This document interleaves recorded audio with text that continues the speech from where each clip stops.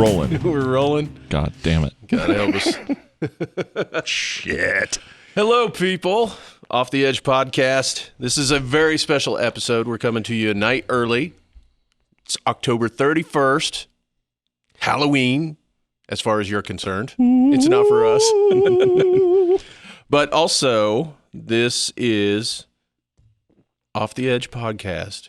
Season 1. Season finale. Episode 20. Episode 20. And do we have a show in store for you? What's going to happen? I have no idea. No one knows. No one We knows. never do. No. But we do have our very good friend, Craig McGee, back on the podcast. Third time. Third time. Third time's a charm. It might be the charm. Thank you for having me back again. Yeah. He's the season 1 record holder. Yes. Ah. Yep. Well, and I told you a couple of weeks ago when I saw you last, if I lived closer, I would pester you to be on this thing every week. Just because I love doing this and I have no outlet for this where I'm at. Well, Yeah, you just need to start one. Can I borrow all this shit then? Yeah. Hell, you can do it with your phone. Yeah. Or, okay, you can do it with somebody else's phone. I was going to say, you have a lot of faith in me. Oh. So, yeah, we're happy to do a little season wrap-up, I guess, here. Yeah. Halloween. Now, that said, Matt and I haven't talked about this, but, you know, I'm not opposed to doing maybe some bonus kind of things Oh, yeah. to kind of round out the year. Yeah. Yes. Just happy Random, Halloween. less Maybe not 3 hour long. yeah, well, things yeah, or- probably not. Something that my kids can listen to and watch and not. As long as your lose- kids are old enough, because we're not cleaning up our language for nobody. Well, 2 of them still live with me, so. And yeah, you've talked. So to they've both of heard them. it all. They've heard it all. Yeah. Like, Craig, have you ever been into like role playing games or anything like that? D&D or anything like that? Oh, that kind of. Yeah. Actually, I never did when it was popular until Tom Hanks was in a movie. Until and Tom Hanks was in a movie and John Travolta was in a bubble. No, about 5 years ago, Rick Felt and I went to, I think it was Mound City, where a friend of his, a friend of ours, but a friend of his more because he worked with him, lived, and he was big into that. And I actually played my first game of D&D then, and it was a blast. And I was kind of I could have really gotten into this when I was younger. Right. And I kind of wish I had, but then as obsessive and completist and all of that shit as I can be, it's probably a good thing I didn't. Right. Yeah. And that was, again, because my work schedule didn't let me go back anytime soon, and they kept, rolling without me a few more weekends, and I was just like, yeah, it's probably for the best. Yeah, But I did have a great time. That's I didn't cool. understand probably 90% of what was going on, but I had a good time. That's all that matters. It is a rabbit hole. It is. Right. And it can be just like any hobby or anything. It's like there's always new books and supplements and things that it's like, oh, I want to add that to the game. And you're always spending money on something. But Yeah, and I was pissed at, my potion couldn't kick the Elf Lord's ass. It should have, but no. you know how elf lords are. Fucking Elf Lords. I know. Well, the reason I brought it up and asked is that one of the things I've been wanting to do this whole time, and, COVID has kind of put the kibosh on it in a way, because I've got a very good friend who's a fine artist, and he's also a graphic artist, and he's taught himself how to code, and he's created, and he and I go way back as far as being geeks about gaming, and he created an app, and I want to give him a shout out too for all the people out there maybe listening that are into this kind of thing. He's got an app called the Calamus, and it's pretty badass. We've been playing on it all week. And it lets you build maps, and it's really freaking detailed and extensive. And then so you can build a map. You can have then you can invite people to play on the map, and you make tokens that you can move around on the map. Okay. So it's like a virtual tabletop.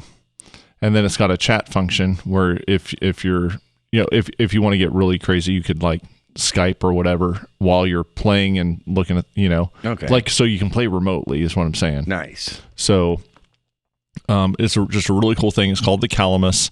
It's available on iOS, the App Store. You can also roll your dice. It's got a dice rolling function in it.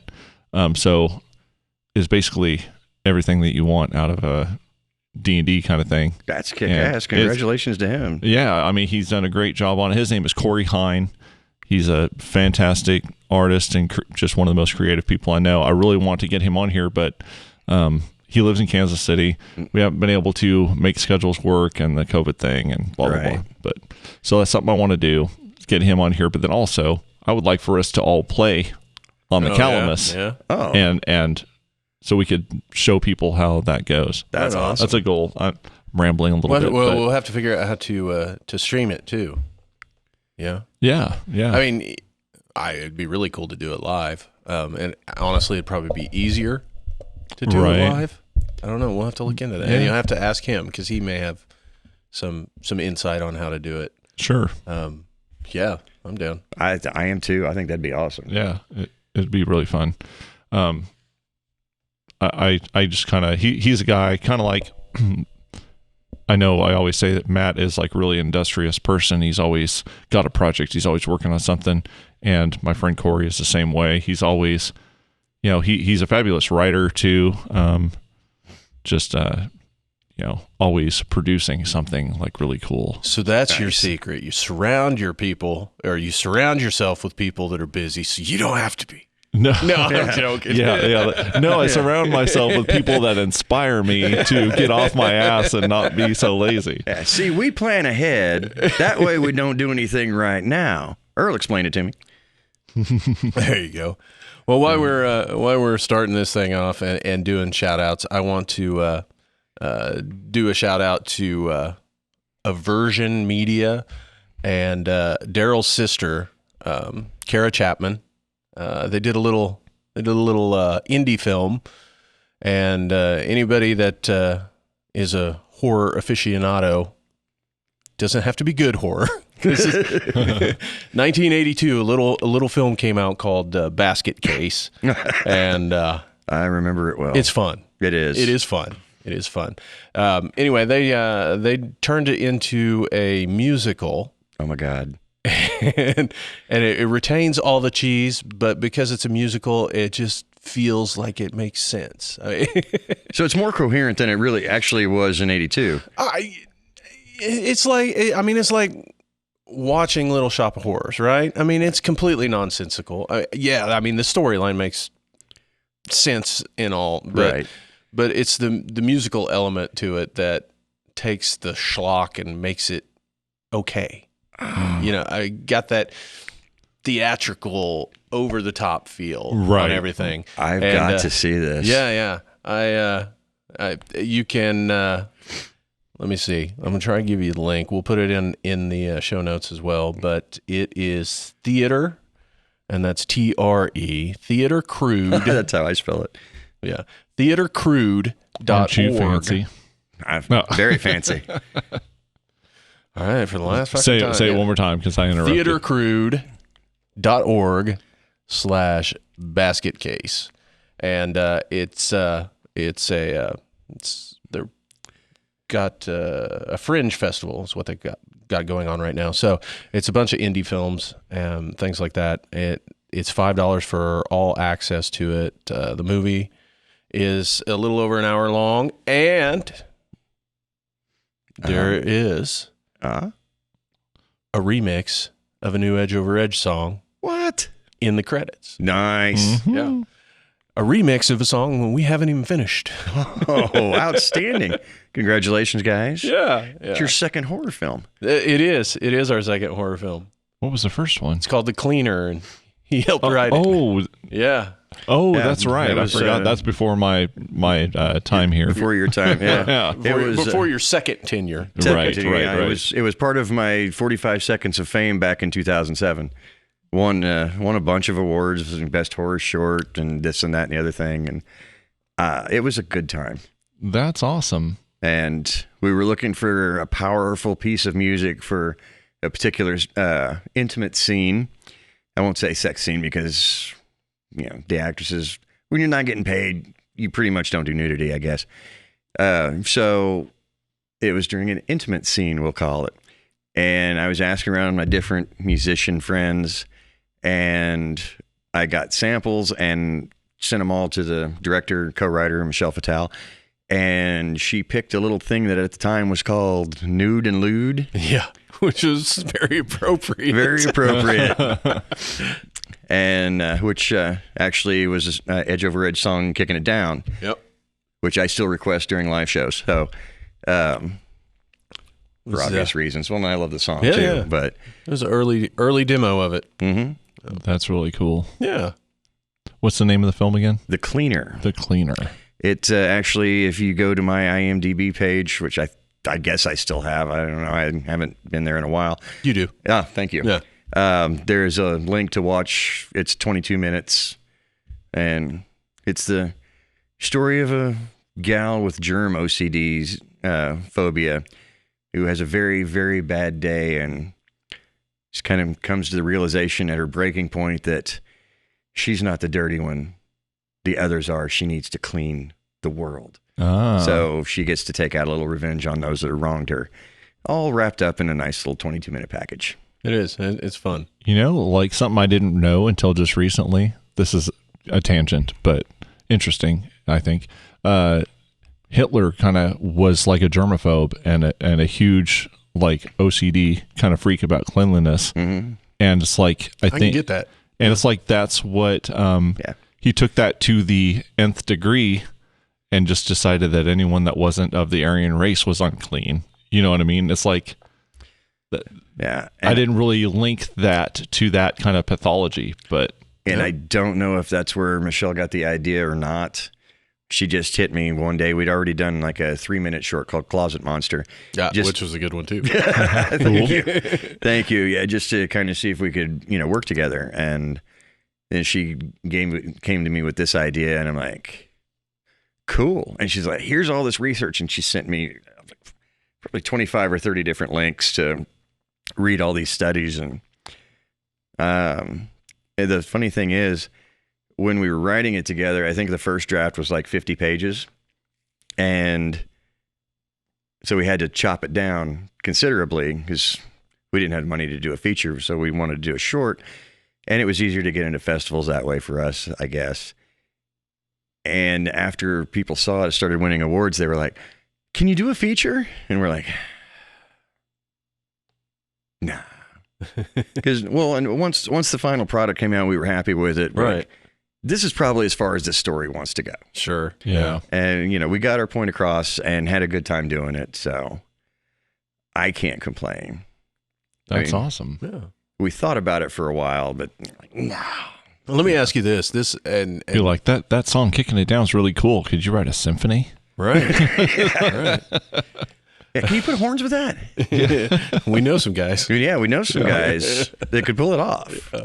I've always, and maybe it has to do with festival circuit. Maybe it has to do with unions out west. I don't know. But you talk about this short, and that was all the money that you had to do. Now, granted, this was several years ago.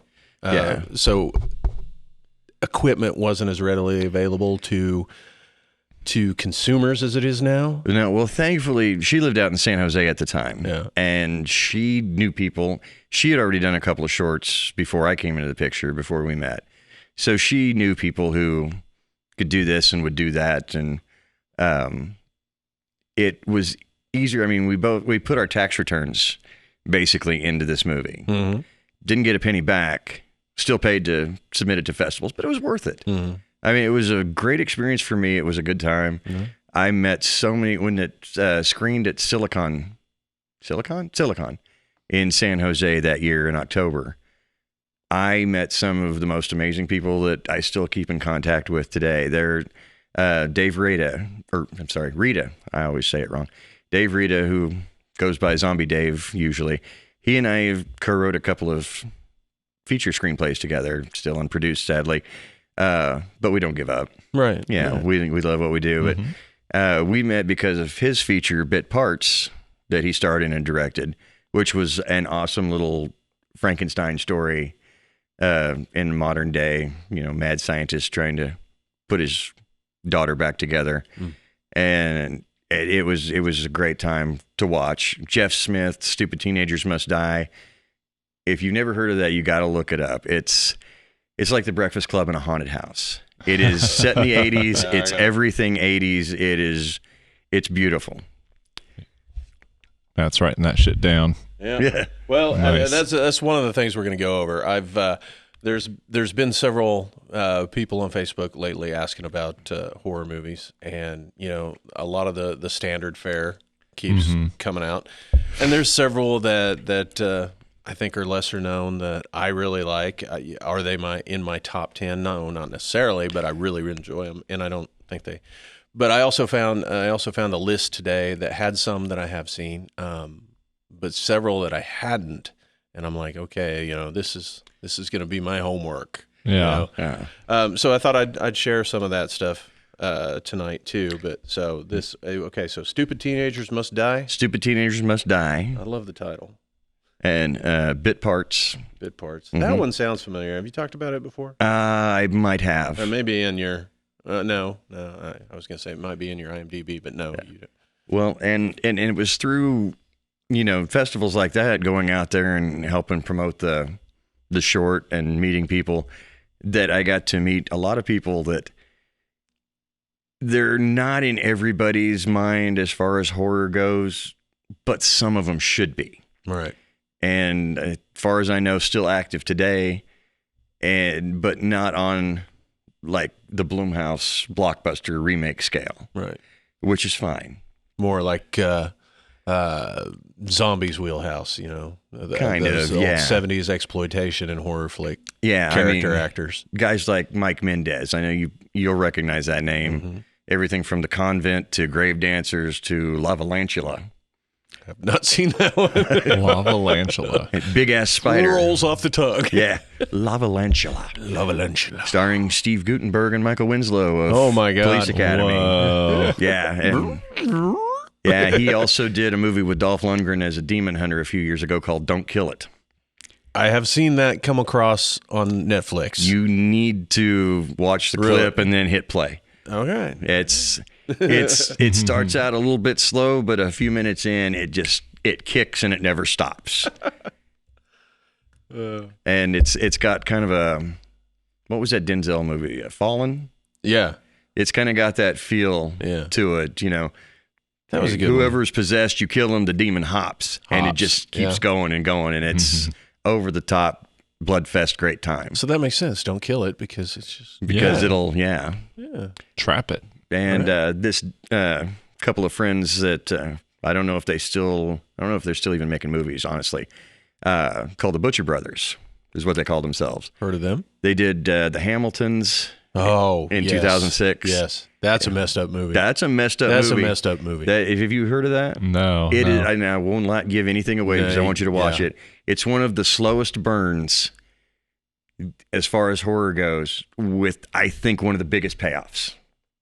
Right on. And when you get to it, at the end, you're like, how the fuck did I not see that coming? Because it's right there in your face for half the movie, and still you're just like, you're caught up in these characters and what they're doing, and then all of a sudden at the end with the reveal, you're like, come on, son. That's awesome. See, I've got that one on DVD. I'm gonna have to break it out. Yeah, we were talking about that earlier. How everything is streaming now, and except for these ones. And you think of something like that, and you can't find it on streaming. It's like, yeah, but I don't want to get up. We're like that too. When my daughter and I go downstairs to watch, she's getting big into everything 80s. Which I can't blame her. It was the greatest decade in the world that I somehow lived through. It really was. Yeah. It really was. She will be like, I don't want to go get it. Isn't it on Hulu? Isn't it on this? Isn't it on that? I'm like, dude, the couch is right by the... Well, you're sitting right there. Why don't you? I'm like, all right, how about this? And we just keep flipping. I need to get these guys as a sponsor, but there is an app called Just Watch, okay? And literally, what you do is you open up that app, you search for what movie you want, and it'll tell you what streaming platform it's on. Oh, my God. Or if it's on it. Yeah. And it'll tell you if it's a free stream, if it's a rental, So there's been several movies. I that really I've gone, need to get that. Oh, it's great. The whole reason I got the Tubi app was because of that. Which that's what most of these movies are streaming on. There's an app called Tubi that's free. It's Tubi, and it's kind of like Crackle. Yeah. That's free. I think it drops an ad in the middle of it or something like that. Yeah, Crackle I know I have because I caught up on Greatest American Hero on that one a few months back. Wow. Yeah, and which is funny, I sat there over the course Believe it or not, I'm walking on air. Yeah, over the course of our shutdown, back in March and April, I caught up on all 3 seasons. And then I realized one time I was getting out of my recliner, I look over and there's the collection right there on my shelf. Like, yeah, I'm just a little bit special. Yeah, well, but I just got to sit there and push a button. I didn't have to get up and switch DVDs. So, speaking of William Catt, I think I know where you're going with this. Yes, House was a classic. Oh God, I remember the first time I watched it because like the first half of it, they're legitimately trying to set up this real horror movie, and then out of the blue comes on. You're no good. You're no good. You're no. What the fuck? Yeah, and because he just killed a monster, and it just switched the tone of the whole movie. Switched the tone, but it's so good. But he's having flashbacks to Vietnam, and you think he's setting up before everybody knew what PTSD was, and he's having these flashbacks, and you think he's going crazy. He's going to wind up killing somebody in his house, but no, it flipped the switch, and goddamn. Yeah, and so like the other day we were talking about Sword and the Sorcerer. Yes. Yeah, and we were talking about the big baddie is Richard Mall from Night Court. Yes. Yeah. Well, he's the big baddie in House. Mm-hmm. Oh, okay. Yeah. Yeah. Oh, the Sword and the Sorcerer starring Lee Horsley of Matt Houston. Yes. So bad. I can't tell you how much I loved that movie as a kid. I loved it. I sought it out in the early 2000s from Netflix on DVD, and I was like, I should not have watched this again. Yeah. I should have just stuck with my memories. Like Kroll. Yeah. Well, Kroll, I still like Kroll. I can't help it. Liam Neeson's in it. It's just slow. I forgot about that. Yeah. I haven't seen it in decades. I did watch it. It's been a couple of years, but I did go back and watch that. My first exposure to Liam Neeson, I remember. You say Beastmaster? Beastmaster. Oh, fuck yeah. Yeah.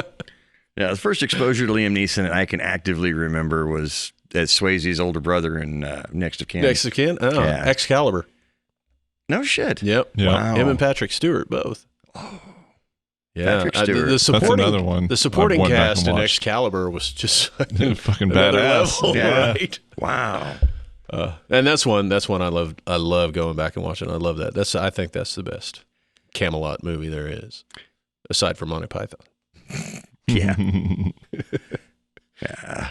I did that with Conan a couple of months ago. Oh, that is Schwarzenegger's best movie. It's one of them. Agreed. Oh, It's one of them. it's the best. Yeah. The outtakes are even better than the movie. I have not watched the outtakes. I guess I need to. Huh? There's one where he gets, he's running in chains, trying to climb up on the rocks, running away from the wolves. Right. And they get a little too close, a little too fast. And it's hilarious. His reaction is priceless. Like, God damn it. It's my favorite film soundtrack, that movie. Basil Palladores. I love that. I love the soundtrack. I love everything about that movie. Brooke put it on one night when I'm getting ready to go to bed, and she works overnight, so she's gonna stay up, and she puts that on, and I'm like, "Are you fucking kidding me?" She's like, "What? I ain't going to sleep now. Yeah. We got like 2 hours and 15 minutes. You put Conan on, I'm watching it. Uh-huh. If you put The Destroyer on, I'll go to sleep." Yeah. It's such a bad movie. Yeah. I watched it in theaters in '84, and I watched it. Bombada, I need you. Yeah. Well, I bought it on VHS. Because Wilt the Stilt. Oh, Yeah, it was Will Chamberlain. Yeah, it was Will Chamberlain. And I bought it on VHS because it came in a 2-pack. And I watched it again probably in the mid-'90s, and I'm like, no. Yeah, Does does not bad. hold up. I bought. They have a box set now, in which it's 2 movies. It's kind of hard to call it a box set, but I was like, well, Might as well. Might as well. Might as well. You know, it should have been a 3-pack. Should have came with the Momoa version too. Nah. It was better than Destroyer. It was better than Destroyer. No, they should have packaged it with Red Sonja. Yeah. Because that was just as bad as Because that Destroyer. was just as bad as Destroyer. Oof. Love the 80s movies. Yeah, and I also think as gritty and scary and paranoid and in your face as 70s horror was, 80s horror is still my favorite. It was over the top. There was a lot of comedy in some of the better ones, like Night of the Creeps. Yep. Which is one of my favorite movies of all time. That is actually the movie when I watched it in theaters. I shit you not, true story. At the end of it, when it was done, I stood up. And I said, God damn it, I want to be a writer. Oh. And the other 12 people in the audience were like, Shut the fuck up! Sit down. what? And it was like, you can do it. No, nobody said that. But I mean, the movie was over, so. Well, to play on Night of the Creeps, the whole reason I discovered Tubi, because I went to the Just Watch app, and I was looking up Night of the Comet. Such a good movie. Such a good movie. It was on for, it was on the app. It said it was on Tubi. I got over to Tubi. It wasn't on Tubi. Find out that it was that changeover from the beginning of the month. And I was like, oh. No. And again, I have it on DVD, but I didn't want to get out of bed to go get exactly. it. And Kelly Maroney, one of the star of that, the little blonde girl, she still, does movies, I guess, when she can every now and then. They kind of fly under the radar, like direct to DVD or Netflix or whatever, but she still does the festival tours. Yeah. Grounded pretty much based on Night of the Comet. Mm-hmm. And that's how they'll promote her, star of Night of the Comet. And she is one of the sweetest people that you would ever hope to meet. And just loves her fans, loves the fact that movie, 36 years ago, is still getting love today. Yeah. That I honestly don't think I've ever heard of that movie. Really? Yeah. Well, if it falls back on Tubi, you need to watch it. But all right. Check Hulu. They're usually pretty good this time of year. October they step up their game. They call it Huluween. Huluween. Another one of my favorite genre actors is in Night of the Comet, Jeffrey Lewis. Oh yes, that man did everything. He did, from Clint Eastwood's sidekick to some of the best, horror, and he plays a great asshole. Yeah, but he also plays a real good, simple guy. He does. Like Salem's Lot. Like Salem's Lot. He was the gravedigger in Salem's Lot. You familiar? Yeah. He was in The Devil's Rejects. He was a country singer. Yeah. That was with the Priscilla Barnes and the Three's one Company. The Chrissy replacement. The Chrissy replacement. Yeah. Fun fact: Jeffrey Lewis is Juliette Lewis's dad. That's true. Yeah. Yes. And once you know that, you can't unsee it. No, you can't. It's like, because you look at her and you're like, yeah, it's her. Yeah. Because the older she gets, the more she looks like her dad. Do you want? It's not necessarily a bad thing. What is that? What on? From Dusk Till Dawn. Dusk Till Dawn. Isn't that what she says? Like, you want to eat my pussy? Yeah. For her, it's Natural Born Killers. That's my favorite. And see, how sexy am I now? to me, From Dusk Till Dawn is Tarantino's best movie. I love Tarantino, but I think he just co-wrote that with Robert Rodriguez and played George Clooney's brother. Yeah. Right. It's my favorite movie of his. I do love that movie. I don't know if I'm going to call it my favorite, but I do love it. No, my favorite's always True Romance. That's a good one. That movie could not have been made any better. And had Tarantino done it, I don't even think it would have been made better had Tarantino done it after Pulp Fiction. I think it took Tony Scott and his that was kind of his early style, because like when he moved forward and he did like Domino and Man on Fire, Yeah, he really branched out there for a while. Well, and his style changed. Mm-hmm. You know, you get these jump cuts with a lot of grit and stuff like that. Man on Fire is just an incredible movie. That's the just Denzel, about anything, right? Yeah, just about anything with Denzel in it. Though, Yeah. right? Yeah, I even enjoyed the Equalizer movies, even though it was really not a damn thing like the show I grew up with. Well, not at all. Not at all. Have you seen Spencer Confidential on Netflix? I have. No, that's based off of the character of Spencer for Hire. Yeah. You know, it was nothing like Robert Urich. No, it's nothing like Robert Urich. Marky Mark will never be Robert Urich. I have not seen that. Is it worth watching? It is. It is. His But the less Robert B. Parker you've read, and the less you remember the old Spencer for Hire show and its short-lived spinoff Hawk, the more you'll enjoy it. Okay. Well, and his ex-girlfriend in that is Eliza Schlesinger, oh yeah, the comedian. Okay. Yeah. Yeah, she's fucking hilarious. No, she's amazing. Yeah. She's fucking hilarious. Yeah, and she's really good. who was Hawk in this one? I've seen him in other things. I can't remember off the top of my head now. I've watched it once. I'm trying to remember. I know I've seen. I want to say it's the guy that played Luke Cage, but it's not. No, it's not. It wasn't Mike Coulter. It was somebody. Well, Somebody. God. Well. But I did When did I enjoy become him. Jamie? Last week? Yep. Yeah. Or yeah, two Whenever it episodes was ago. Yeah.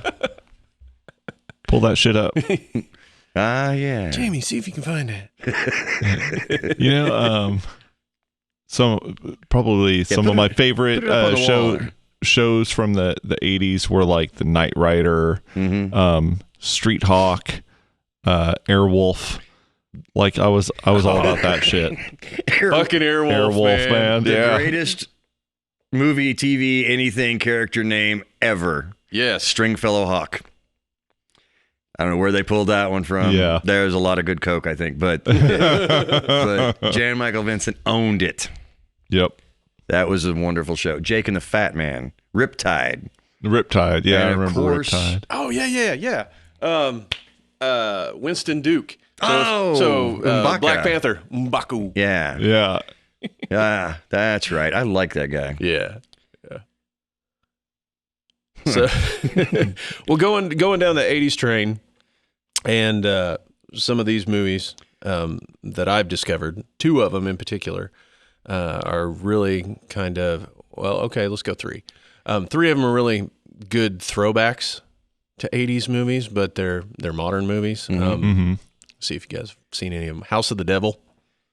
Is that Ty West? Yes. Yeah, I've seen that. That one is so good. And it's kind of a slow burn. But I watched it once, and I keep kicking myself because every time the name comes up, I'm like, I love that. I want to watch it again, and I never do. And it feels like an 80s movie from the first frame. Really? Yeah, it's great. Another one I discovered, and I've told you about it. I don't know if you watched it yet. Summer of '84. I finally watched that. That was a good movie. About a month ago. Yeah. And it was good, yes. It was good. It's very rear window Disturbia, Yeah. but it does not end like you would expect it to. No, it's worth looking up. Yes. Cool. I'm way behind on all my horror kind of watch. I tend to not watch movies when I'm alone. Yeah. And just like your wife doesn't really get into horror movies, mine doesn't either. Yeah. I wait for those nights when she's at work. I'm like, I'm catching up. Yeah. I need to find me just some blocks of time to sit down with some stuff. Well, you know what? Yeah, your little girl's 2 years old. Yeah, it's hard right now. No. Now's the perfect time. You know, Yeah. just desensitize her from the get-go. Yeah. if you I think my wife is going to disagree with you on that. well, did you meet my Just daughter look Allie at the cool makeup. It's Oh, look, cool. this coming from like I was 5. My dad took me to see Jaws in 3D. Yeah. And Oh, that's not scary. well, first, you're 5 years old. The first thing you see is a severed arm floating in. Yeah. I was like, ah. Man, I saw And then, all that shit in the theaters. And back then I then. saw we went to IMAX. I think I was probably 7 or just turned 8, and we watched Aliens. Yeah. Yeah. Yeah, and that freaked me the fuck out pretty Yeah. bad. But I loved it. I loved keep forgetting it. you're a lot younger than me because I was thinking, wait a minute, you saw Jaws 3. I saw Jaws in the theaters at 5. Right. Shit. God, it feels just like last month I turned 50. Oh, wait, it was. Oh, yeah. God, no. Happy birthday. Yeah, thanks. Get off my lawn. But no, I don't remember if you met my daughter at Trauma Fest or not. But Yes. Yeah. Briefly. Yeah. yeah, I got her started pretty much since birth. Yeah. And she loves horror movies. She's picky about them though, and I don't blame her. There's a lot of them I've suggested that she was just like, no. And there's a lot of them I've said, "God, Jesus Christ, don't waste your time on that." She's like, "Oh my God, I watched the worst movie of all time." And she'll tell me, I'm like, "Do you not remember that thing I told?" She's like, "Shut up." Yes, ma'am. But and my oldest loves it too. My youngest, he's 16 now. For the longest time, Ghostbusters, Eight-Legged Freaks, and Army of Darkness were as close to horror as I could get him without kind of freaking out. And I'm like, nope, nightmares, I'm gone. Okay, but those are three solid choices regardless. Those are three solid choices regardless, and then became Tremors. And then he he went off on the he got into the whole 80s thing with the Back to the Future trilogy and Indiana Jones and all of that, and he stuck with that for the longest time, but then he just became obsessed with Jason Voorhees. And he was like, good choice. It wasn't Jason, it was the boobies. It was well, I still don't know if he's watched an actual Friday the 13th movie from start to finish. It's been YouTube clips. No, I take that back. Any of the DVDs that I have, which I don't have the whole series, I know I suck. I did on VHS, but I don't think I do either. And he's watched the ones that I have. Especially, it's like, hey, Kevin Bacon's in that one. Hey, Crispin Glover's in that one. He's like, oh. Don't forget about Corey Feldman. Yeah, Corey Feldman. That's one of my favorite ones. Mm-hmm.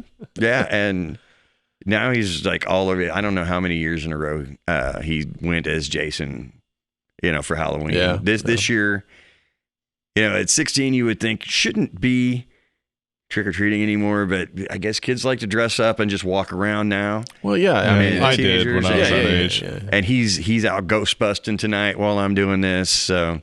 Nice. Yeah. Nice. I was always more of a Freddy guy than a Jason guy. Yeah, I think I'd lean more towards Freddy, but I always liked it. And you know what? So many people just absolutely love Halloween, and I don't have anything against Halloween. It just... It never did anything for me, really. Honestly, I think I like Halloween 2 the best. Because there's a lot of claustrophobia in being in a hospital, trapped in a hospital. Yeah. And how cool would it be if Dana Carvey was your ambulance driver? Right. But Friday the 13th, number 2. That's my favorite. Bag over the head. Jason was the scariest fucking Jason. Yeah. The hockey mask. And see that kind of goes back. I don't know if it's the subtle age difference or the fact that my next door neighbor when I was a kid was twisted and awesome. But all right, to clarify, I'd already watched Hitchcock movies, late night because of my mom. She was, she never admitted it, but she was a movie geek too. Yeah. Before that term was even popular. And she watched all the Hitchcock movies, loved them, got me on them when they were on TV. And the Plenty Scary movie on Channel 8 out of Tulsa back in the 70s. Always had like a Universal monster movie or, a giant bug flick or alien thing from the 50s and 60s. And so I was already kind of well versed by the time Halloween of 1978 came around. And my next door neighbor, she was a few years older than me. I mean, taught me how to play basketball, ride a skateboard, ride a bike with no training wheels. I mean, she was like an awesome big sister. And one night she was like, hey, let's go to the movies. And so took me down there, and there's Race for Your Life, Charlie Brown, and Halloween. We did not see Race for Your Life, Charlie Brown again. And that was the first time I'd seen real R-rated horror in a theater. Yeah. And like I said, I was 8 years old, and I think I sat there like Marty Feldman for an hour, and I was just taking it all in. Had nightmares for days. I snuck back up there and saw it 4 more times, and I got hooked. And I'm not saying Michael is my favorite of the old monsters, but Halloween was the catalyst. I think the original Halloween has probably one of the best opening scenes ever. Right. And for me, what ruined, well, 2 things ruined the Rob Zombie versions, but that reveal. So we're in this first person perspective the whole way through, and then they reveal and pull the mask off the kid, and he's like 4 fucking years old. You know, it's like that's fucking scary. Yeah. And then, you know, Rob Zombie made him older and put him in a white trash family and gave him an excuse. That's exactly it. That killed it for me. Yeah, I mean, once he was in the sanitarium to the end of the movie, I thought it was pretty good. Yeah.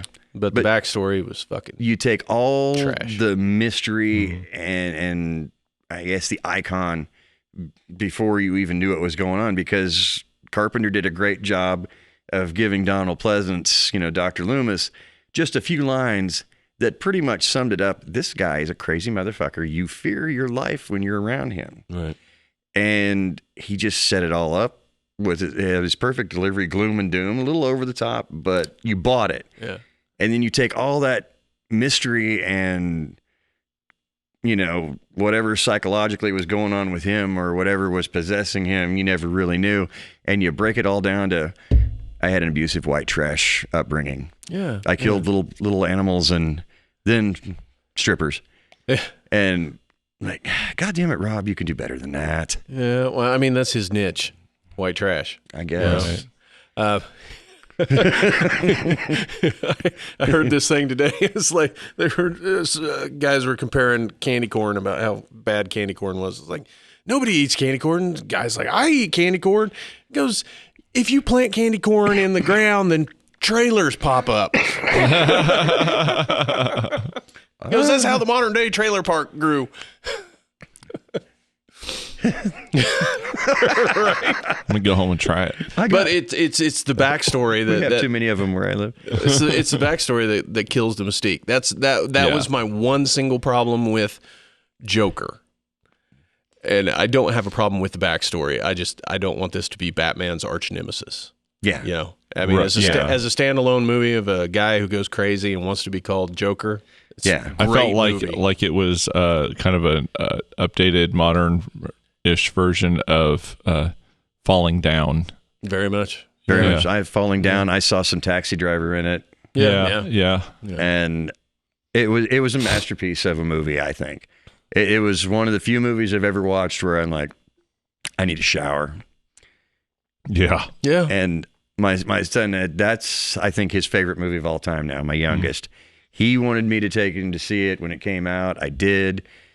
And I took one of his friends with him. He's actually a year older. And that kid, he was like, well, it was okay, but I need some time to process it. And I was like, oh, this was fucking awesome. Like, calm down there, McPsycho. Yeah, right. Okay, well, jumping way back, I had one more movie. Yeah. It's kind of 80s-ish. It's called The Void. Void. You told me about that. I still have not. It's like... It seems like it's something I probably watched way back when, but it's like a freaky cult movie / mashed up with The Thing and a whole bunch of H.P. Lovecraft and Clive Barker, and it's just... It's a newer one, right? Awesome. Yeah. Okay. I got it. Netflix? No, but it is on Tubi. Okay. Yeah. Okay. I got to remember that was one that came on that list. The Void. Okay. But I've watched it a couple of times now, and you know, it's got some gore in it, but it's not like gore for the sake of gore. You know, there's another movie on that list. It's called Splinter. Have you guys ever seen it? Yes. no, I haven't Love seen it. that one. I love that movie. That is a gory movie, but it's justified. And it's not what you think. No, but it's messy. Yeah. I'm glad we're recording this because I can go back and be like, all right, this movie and this movie. Yeah. There is an advantage to that. I got one. Well, and I got one that hasn't been mentioned. I will share this list. This guy did a YouTube list. Right on. And so we'll share the link too. Okay. So you guys can check these out. I don't know if this counts. I want your opinion. Nightbreed. Yes, That that was- definitely counts. Dude, that was number 1 on the list. Oh, Yeah. really? Yeah. It's a freaking great movie. I love that movie. Have you seen the director's cut? Probably not. I haven't seen this since I was a kid. It's like 45 minutes longer. Really? Yeah, that's crazy. Whole It's crazy. new kind of like backstory, different direction. Yeah. Subplots. I've only seen that once. Yeah, I think that movie, as far as Clive Barker goes, was pretty mild, with the exception of the crazy guy peeling his fucking scalp at the beginning.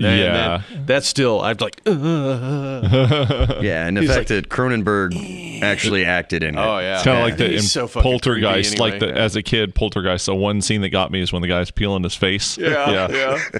The fucking steak inching across the counter. Yeah, That's one such of a my good movie. That's one of my favorites. Yeah, the original Poltergeist. I just watched the second one the other day. Mm-hmm. Creepy old man. Oh yeah. God is in his holy temple. Yeah, that's kind of freaky. Yeah. Oh. Well, hello, little girl. Yeah. One not 80s, 90s or maybe even for later. the record, those three were not 80s movies at all. Okay. No, They just feel like 80s. Two of them were set in the 80s, or no, one was set in the 80s, and two of them just felt like it. Yeah. I don't even. And I haven't seen The Void. But Yeah, I'm guessing The Void was probably set in the 80s because I don't think anybody had any cell phones in it. No. That's usually you can figure out real quick. Oh, okay, yeah. So this is an old movie, or it's supposed to be old. Nobody's got a cell phone. Oh yeah. But one that I love, and I've seen people post this, it's not like off the wall or anything, but Event Horizon.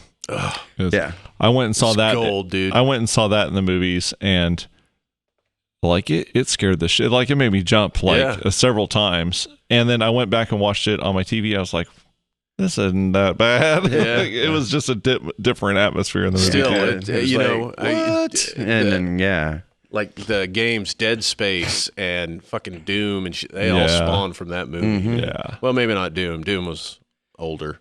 Yeah. But that's the best thing that Paul Anderson's ever done. Yeah, you watch that and then like, this guy is going places, and then it's like Resident Evil 1 through 14.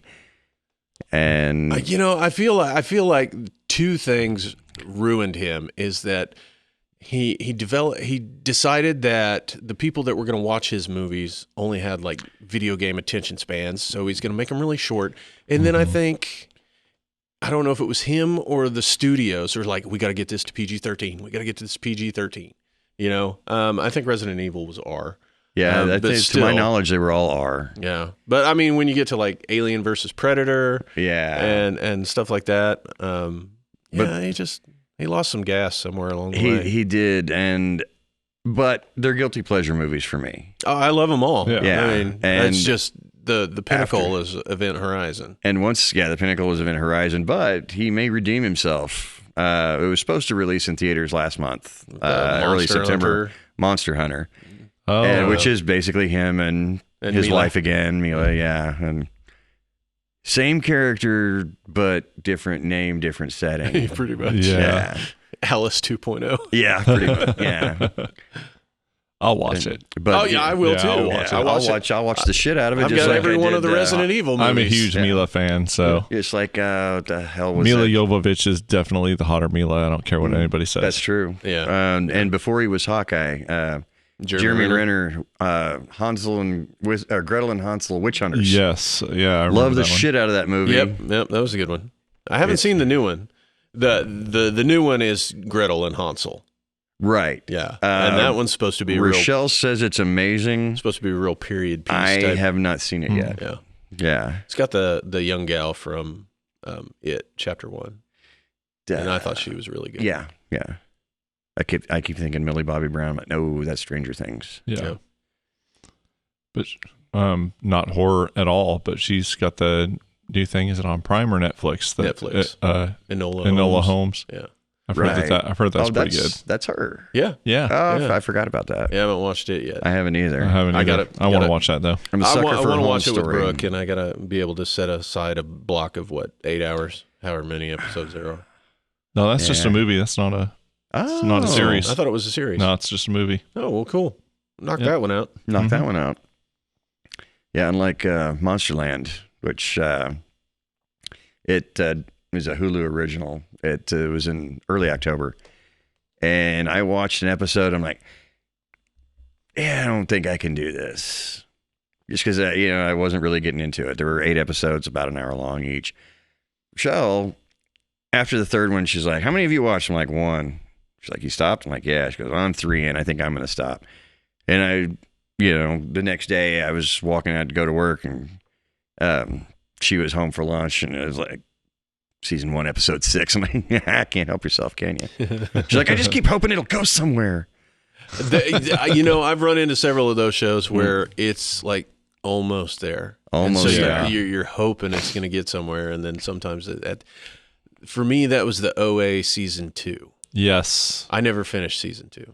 I finished it, but man, season 1 was just so good. it was so good. And it was so weird. And it Did you watch was it? No. It was so weird, dude. It was so good because you're like, where is this gonna go? Once And they then it started just- doing the interpretive dance, what the fuck is going on? Yeah, But I couldn't stop watching. though. I couldn't stop Yeah, watching. See, there are times. that's good. That's a good one to watch, man. Yeah. I mean, Jason Isaacs is in it. Okay. So Yeah. that's worth it right there. There are times the interpretive dance will turn you away from something. There are times that a zombie line dance will draw you into something and make you love it even more. I'm talking about Dead and Breakfast. Haven't seen that one. 2004 classic. Dead and Breakfast. Dead and Breakfast came out the same year as Shaun of the Dead. Yeah, it had stiff competition. It had stiff competition, but that has a little more leg to it. Really? As much as I love the romantic comedy in the zombie apocalypse of Shaun of the Dead, Dead and Breakfast, it'll always be a step above for me. Wow. Yeah. Just because Oz Perkins is in it. Okay. Anthony Norman Bates' son. Mm-hmm. A lot of familiar faces doing cameos and shit. David Carradine. Diedrich Bader, who you can't go wrong with him. Any kind of cameo. And most importantly, an early role for Mr. Jeffrey Dean Morgan. Plays kind of a bumbling sheriff. Yeah. And yeah, as I wound up seeing that one after I saw the first season of Supernatural. I came across that a year late. And I was like, wait a minute, I know that name. That's Papa Winchester. And I watched it, it's like night and day. But it's hilarious. It's bloody as hell. Yeah. And it's worth your time. All right. And Nice. it has an amazing soundtrack by, I'm going to butcher this, I know, Zachariah and something Lobo Riders or something. But Repossessed is the way to be. Great song. All right. I like it. We're getting a list made here. Well, yeah. One that I've seen come up on Netflix a lot, and I don't know this on Netflix. Have any of you guys watched Starry Eyes? No, No. I don't know if I've even heard of that one. Man, I mean, it's one of those that whatever thumbnail they choose to use, I'm like, that's it.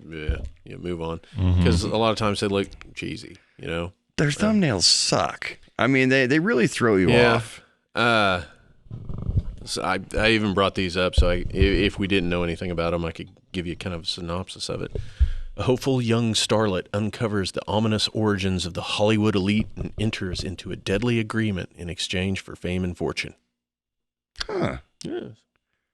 I like it. Well, all right. It doesn't say anything about Bohemian Grove, but you never know. You never know. Kind of a Crossroads feel without the blues. That's the movie I want to see. Crossroads? Bohemian Grove. Oh, Sick well. bastard. Yeah. I have to bring this up because I brought up Night of the Creeps earlier. It's one of my favorite movies of all time. And, I mean, it has everything. Alien slugs, romance, an axe murderer, witty one-liners by Mr. Tom Atkins, one of the greatest character actors of all time. Yep.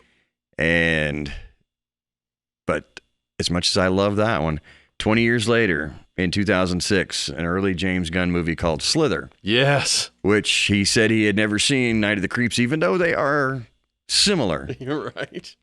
I drove like 90 miles one way to see this in 06. Yeah. Just because I love James Gunn, I love Nathan Fillion, Michael Rooker. Michael Rooker, oh my God, and Greg Henry, who he is an entity unto himself. He always plays a loudmouth asshole. Yep. And he does it with such perfection. And I met him once. He's not even acting. It's like he's not even acting. I met him once a year after that came out in 07, and I talked to him for maybe 3 or 4 minutes. Nicest down to earth guy. Yeah. But just the fact that no one says cocksucker the way he does. Right. Get the fuck out of the way, you cocksucker. Yeah.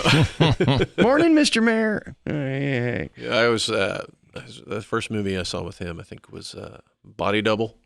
Remember that one? Yeah, I remember that one. That one was a really good one. Craig Wasson. Yeah, and he was really good in Payback with Mel Gibson. Yeah. Yeah. I never looked at a ball peen hammer the same way after that movie.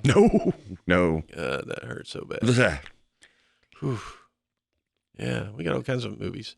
This one, so we've talked a couple of times about Mandy, the Nick Cage movie. Yeah, I still haven't seen it. I finally watched it, and Did you make it all the way through? yeah, I got all the way through Okay. it. I wasn't as impressed as everybody else was. I was expecting him to go full batshit crazy, and he does in the car for like 20 seconds. Yeah, but not like full on coked out Nick Cage like we loved in the 90s. But I did like the visual style of this director, and apparently his first movie was called Beyond the Black Rainbow. And if that's not the most metal fucking For real. I've got to watch it. That is a Ronnie James Dio album title right there. It was described to me as a fucking trip. Oh. So it's on that list. Yeah, Mandy is one of those I started, and I started it on my lunch break, and then I had to go to work, and I came home, and I'm like, do I want to finish this? Oh, there's a new season of NCIS to catch up on. And so I just never finished it. Did you ever see The Color Out of Space? Yeah. Yeah. Yeah. Again, it was way overhyped. Mm-hmm. I mean, it had some really good elements in it. And I went in with low expectations. Yeah. And I was still let down. Yeah. I wanted so bad to like it. I did. And like I said, low expectations, but I'm still like, everybody I talk to loves this movie. I'm going to give it a shot. I'm going to like it. I gave it a shot. Yeah. That's all you can do. Yeah. I mean, at least it doesn't fall into that category of one of those movies that I want to like and just don't. So I try and try again because I want to like it. Yeah. This one was like, okay, moving on. Yeah, there are plenty of movies in that I'm going to watch this again and again and again until I fucking like it. Hello, Friday the 13th remake from 2009. Yeah, just can't do it. Yeah, Just can't do it. and the mask was better. Yeah, Not the hockey mask when we had the blood-soaked and rags. I love Derek Mears. Yeah, great guy, great Jason, and I love Padalecki. Yeah. But it was just, I don't know if it was the studios. It's Michael Bay. Wait a minute, it was Michael Bay. Michael Bay. But Michael Bay didn't direct it. No, he didn't, but he had his finger in it. He had his That was finger the in it, problem. and sometimes that's all it takes to, It's the to same with spoil the soup. the fucking shit show that was the remake of Nightmare on Elm Street. And Texas Chainsaw Massacre. Texas Chainsaw Massacre I thought was okay. Thanks I to thought it was Arlie okay. Ermy Yeah. Oh, yeah. and Jessica Biel's tank top, but mostly Arlie Ermy. Yeah. And then the beginning, I thought that one was good too. Oh, yes. And then there's a third one. Just Leatherface or something like that. Yeah, or just Texas Chainsaw or something. I don't know. But it wasn't horrible. No, but when it all comes down to it, with all of those and the Leatherfaces and these different titles that they've tried to do, my favorite of the entire bunch is still the 1986 Texas Chainsaw Massacre 2. Fucking Chop Top. Chop Top. Dog wheel hunt. Lick my plate, you dog dick. Fucking Bill Moseley is the shit. I could never get into that series of movies at all. Well, two. I guess two. It's funny. It's radically different from the first one. I just don't really get into slasher films as much as I like stuff that truly like scares me. I like atmosphere. Like some of the shit that really freaks me out is something like what is it, like The Exorcism of Emily Rose? Yeah, that was good. that type of shit. Yeah. Like that's the stuff that really like gets in my head a little bit. Yeah, my number one's always going to be The Exorcist. That movie freaked me out until I was 13, and I forced myself to watch it. You Catholic? Nope. Oh, okay. Usually it's Catholic people I talk to that scares the shit out of them. Just something about her makeup was just fucking perfect. It just freaked me out. And like the scene where her head goes 360, when that happens, I still get a little tingle on the back of my neck. And now with the director's cut, and she does this fucking spider walk down the stairs and fucking vomits blood at the bottom. It's great. Yeah. And the same goes with part 3. Part 3 is fucking awesome. Part 3 was genius. Part 2 was... What the fuck happened? It doesn't count. Yeah. Yeah. For me, it is Exorcist the beginning, The Exorcist, and Exorcist Part 3, a.k.a. Part 2. Yeah. Yeah. Because The Heretic does not count. I didn't see the original Exorcist because I was 4 when it came out, I think. Right. I didn't see it. For some reason, all the horror, the drive-ins and everything in the 70s, it escaped me until I got to like junior high. They probably didn't play it. And I rented it. Yeah. And I got to say, I'm with Beetlejuice on this one. It keeps getting funnier every single time I see it. I've seen it 67 times and it keeps getting funnier every time. Yeah. I was like, if I had seen that when I was 4, it would have fucked me up. Well, and I'm sure I would have loved it. My introduction to The Exorcist was all of those yearly, top 20 horror movies, and so all they ever show is her going, yeah, fuck, and I'm like this tall, and it was like, ugh. Oh. Yeah, I honestly think I may have seen the parody of it with Linda Blair and Leslie Nielsen. Repossessed. I may have seen that first. I don't remember. I think I did too, actually. Well, her makeup was about the same in that. It was pretty fucking creepy. Yeah, and maybe that's why it didn't have that effect on me. I'm like. But yeah, Jaws, a PG-13 movie with a very obvious mechanical shark, scared the fuck out of me. And we've had this debate before. Is what constitutes a horror movie? Because I've never thought Jaws was a horror movie. I mean, I guess it scares you, but yeah, it's kind of like Alien. I don't think Alien is a horror movie. Right? No, and Aliens. Yeah, I guess it is. Aliens being a masterpiece, I still look at it as an outer space action movie. Well, Aliens, yes, but the first Alien. Yeah. The first one. There's a horror element to it, for sure. It's the atmosphere. Yeah. Like you say, it's all about the atmosphere. Right. And Ridley, was it Ridley or Tony? Ridley Scott did an amazing job building up tension. Yeah. And then when it finally lets loose, it's just like, whoa. Yeah. My favorite thing. And I want to see his thing he's got on HBO right now. I haven't watched any of that. Raised by Wolves? Yeah. I haven't started I haven't started that yet. I haven't either. It looks really good. I'm glad you reminded me, though. Yeah, I should have brought something to write on. I'm kind of waiting until they've all aired, and then I can just binge it. Yeah. Right. But then I'll rewatch this, and I think, that's right. Thanks, Zach. Right? Yeah. I'm glad I got one in there. It's like, all right. I got through an episode of Lovecraft Country. But I'm waiting on it one. Yeah, wait on it. I think it has a lot. I think it has a lot of potential. I think it didn't really. It kind of got into the cult aspect towards the end of it. But that first episode was pretty much just like, what is it? Set in the 40s, 50s, somewhere in there. Somewhere in there. Yeah, I want to say it's like the early 50s. Yeah, it's just hardcore racism, and I mean it portrays it pretty brutally. So I didn't really get into the. It teased it towards the end. Horror element there. Yeah. Okay. Yeah. There's something up with this society that they you better not be calling something Lovecraft Country. Right. If it's not. Right. I think the funny thing is the irony is that it's focused on a black guy and his father and friend and stuff like that, and Lovecraft was horribly racist. Oh, so it was like, yeah. Score. Did you guys watch? It's kind of old now or whatever, but The Haunting of Hill House. Yes. There was only one season so far. Wasn't there? It's just one season. It's gonna be gonna be kind of like American horror story, like an anthology. Yeah. Okay. So good. same actors, but it's gonna be Bly Manor this time. Oh. So they're doing a turn of the screw. Why can't they do Winchester?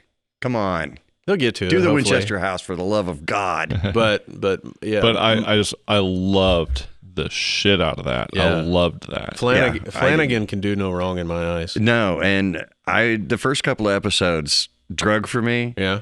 and I was starting to go, Flanagan, did you stumble? And then just bam. Yeah. And it never let up. I'm like, okay, but even good then, job. it's the characters. It's the The depth of the characters draws heart. you in. the heart. But there's a great big heart at the center of that story. Yeah. Yeah. But I mean, it's like when spoiler warning, people, if you haven't watched it, fucking watch it. yeah, you Stop fucking listening. should have by now. But like, when you realize that the little girl's looking at herself, like, it's just like, oh, Yeah. just hits you right here. And then when she hung herself after, it's just, fuck. Yeah. It hurt. Yeah. But speaking of Mike Flanagan, also on the list Uh-huh. is a movie called Absentia. Oh, yeah. It's his first, and it is really, really good. It's It's kind of a trip. It's on my list. Cool. I haven't Yeah. watched it yet. Absentia. And what's funny is it's kind of based on the three Billy Goats Gruff. Absentia, I guess is how you'd say that. Yeah. Are you shitting me? No, It's Okay. based on what? 3 Billy Goats That Gruff. just moved to the top Really? of my list. Yeah, Huh. yeah. Okay. In a roundabout way. Yeah, Nice. It's a good movie. I think I found it through the Just Watch app. By God, they're getting tagged. They and get we need a tagged, you're getting a sponsorship. sponsor, yeah. we need a sponsorship for this. We watch movies all the fucking time. So. We'll do reads Yeah. for you, man. Yeah, hell yeah. Exactly. We'll I'll do plug your app. dynamite drop-ins remotely for that shit. Bring it on. I'll even clean up my language for fuck's But sake. since he and I have seen Splinter, I just want to read you the synopsis of it. Yeah, please do. So, trapped in an isolated gas station by a voracious splinter parasite that transforms its still living victims into deadly hosts, a young couple and an escaped convict must find a way to work together to survive this primal terror. Mm-hmm. And still, even with that amazing synopsis, it's not what you think. No, Okay. no. It almost lives, sounds it like lives the up to thing it. kind of. Yeah. It lives up to that, Kind of. but it's not what you. I don't want to say. There's no flipped. mystery there. You know if somebody's got the parasite. There's okay. no doubt whatsoever. Yeah, and But- that was the movie. I think when I was reviewing for HorrorNews.net, shameless plug, years ago when I first started for them, I got a screener copy of that somewhere around 06 or 07. Yeah. And I was just amazed. And I think it's set in, I can't remember if it's like Stillwater. It's like a small town in Oklahoma, Yeah. I think. But I mean, it's set somewhere that's close to home and familiar. And yeah, And it's just a Nice. gas station. I don't like Yeah. roadside gas stations anymore. Yeah. Not that I really have since. Especially not at night. No. So a while back, Not since the incident. right? Yeah, gas station sushi. Oh God, that just doesn't sound right. I don't like sushi anyway, so I'm safe. But I set a reminder in my phone a while back, and I'm supposed to ask you about you, Fabio, versus the vampire. Versus the vampires. All right. So we need to preface it. We're not talking about romance cover Fabio. No. We're talking about our dear late friend, Mhm. Justin Gardner, Mm-hmm. who, no matter how hard he tried, could not live down the fact that he bore a stunning resemblance to Fabio. Mm-hmm. Think Fabio in The Machinist instead of Christian Bale. Yeah. Maybe Yeah. not that extreme, but yeah. Or sometime during the mid 90s at least, when it was fully blonde, think one half of the Nelson twins. Yeah, that Yeah. was there too. Yeah. Yeah. Stand him in front of a mirror and he's got his Halloween costume. Yeah. But, but yeah. And from that, which, had too many syllables, I guess, for me. So I shortened it to Brother Fab. Fabs. Or Fabs. Yeah. Yeah. But he and I met in the early 90s in Pittsburgh and just quickly became one of my best friends, like a brother from different parents. And, losing him in May this year is a tragedy. But out of every tragedy comes a little bit of light. And I met his oldest daughter, Jade, for the first time that day. I'm good, thank you. And I wound up giving her, at his funeral, I gave her this Celtic cross ring that he bought me about 15 years ago. And one day she messaged me out of the blue and she says, I'm sitting here, I'm looking at this ring and I really miss him. Like, I need a story, because she didn't get to know him that well while he was alive until she was older, and still not that much. So it was through stories from friends of his that she got to, see the kind of person he was. And the thing about this is, I always considered, at least of our little dynamic duo when we were together, Fab was the historian, because he remembered the shit that we did. I have to struggle. Not that we were always drunk, but it's just, I always relied on him to tell the stories, of our shit together. Mm-hmm. So I thought about it for a second, and the candle came on, and I messaged her back. I said, did I ever tell you about the time your dad and I took on a gang of vampires? And so, just almost instantly, all caps, she texts back, what the fuck? I was like, that's probably just how I would have answered it. So as the story goes, it was like around 1997. We got bored with local bars in the Pittsburgh Joplin area, decided we were going to take a little time and branch out to Springfield. So one Saturday, we loaded up, headed over to Springfield. And I don't remember exactly where this was in town, but it's kind of like Rangeland and Joplin used to be, like a certain block of downtown Pittsburgh is. There was just bar, restaurant, record shop, bar, and it's like the hot place in town. The strip, kind of, yeah. And we were walking by this one, and we liked the music coming out of it. Didn't know who it was. It was kind of like a cross between Misfits and Metallica. Good Metallica, old Metallica. And we walk in, and I kind of have this gut feeling. I get it a lot. I usually listen to it. This time I did not.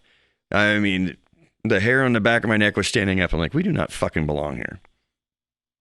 Went up to the bar, ordered a drink, and got, grudging, what the fuck are you doing here looks. And I just chugged my drink. I'm like, yeah, we should probably go, dude. Well, if you didn't know Fab, he was everybody's friend. He did not meet a stranger. He didn't like or understand or anything, conflict. Mm-hmm. For the most part, he was as level-headed as they come. Someone would start to step up to him back then, and I would step in the middle and be like, no, it's all right, McGee. You're like, hey man, just something we can resolve over a drink. I don't even know you. What's going on? Yeah. And he seemed like he's always wind up with a new friend. And so this time he's like, man, I don't know. I'm kind of digging this place. I'm like, dude, every single motherfucker in here looks like they want to kill us. He's like, all right, fine. So we went to the bathroom in the back of the bar, and we head out the back door into the alley. It wasn't 3 seconds. Door swings open. These 4 guys come rolling out of there. The one in front, all black, long black hair, big greasy looking bastard. It's not a racial thing. It's just he looked like he was covered in grease or sweat or something. Right. And he's like, you're not ever coming back. That's all he said. He took a swing. Fab was walking behind me, so he was in front. I stepped in front, took the hit. I was like, I stood back up, and I punched him as hard as I could right in the face, and it was just the most searing pain that I had felt up until that time. And I looked at my hand, and there was blood. And in a split second, I realized it was mine, and there was something sticking out of it. Like, oh my Jesus. And I looked up, and at just the right time, this big Blackie Lawless or Jerry Only, whatever looking bastard, about 6'5", staring down at me, smiling, and licks his lips. And there's a fang here. There's something missing here. And there's blood here. And he just laughs. I'm like, oh my Jesus.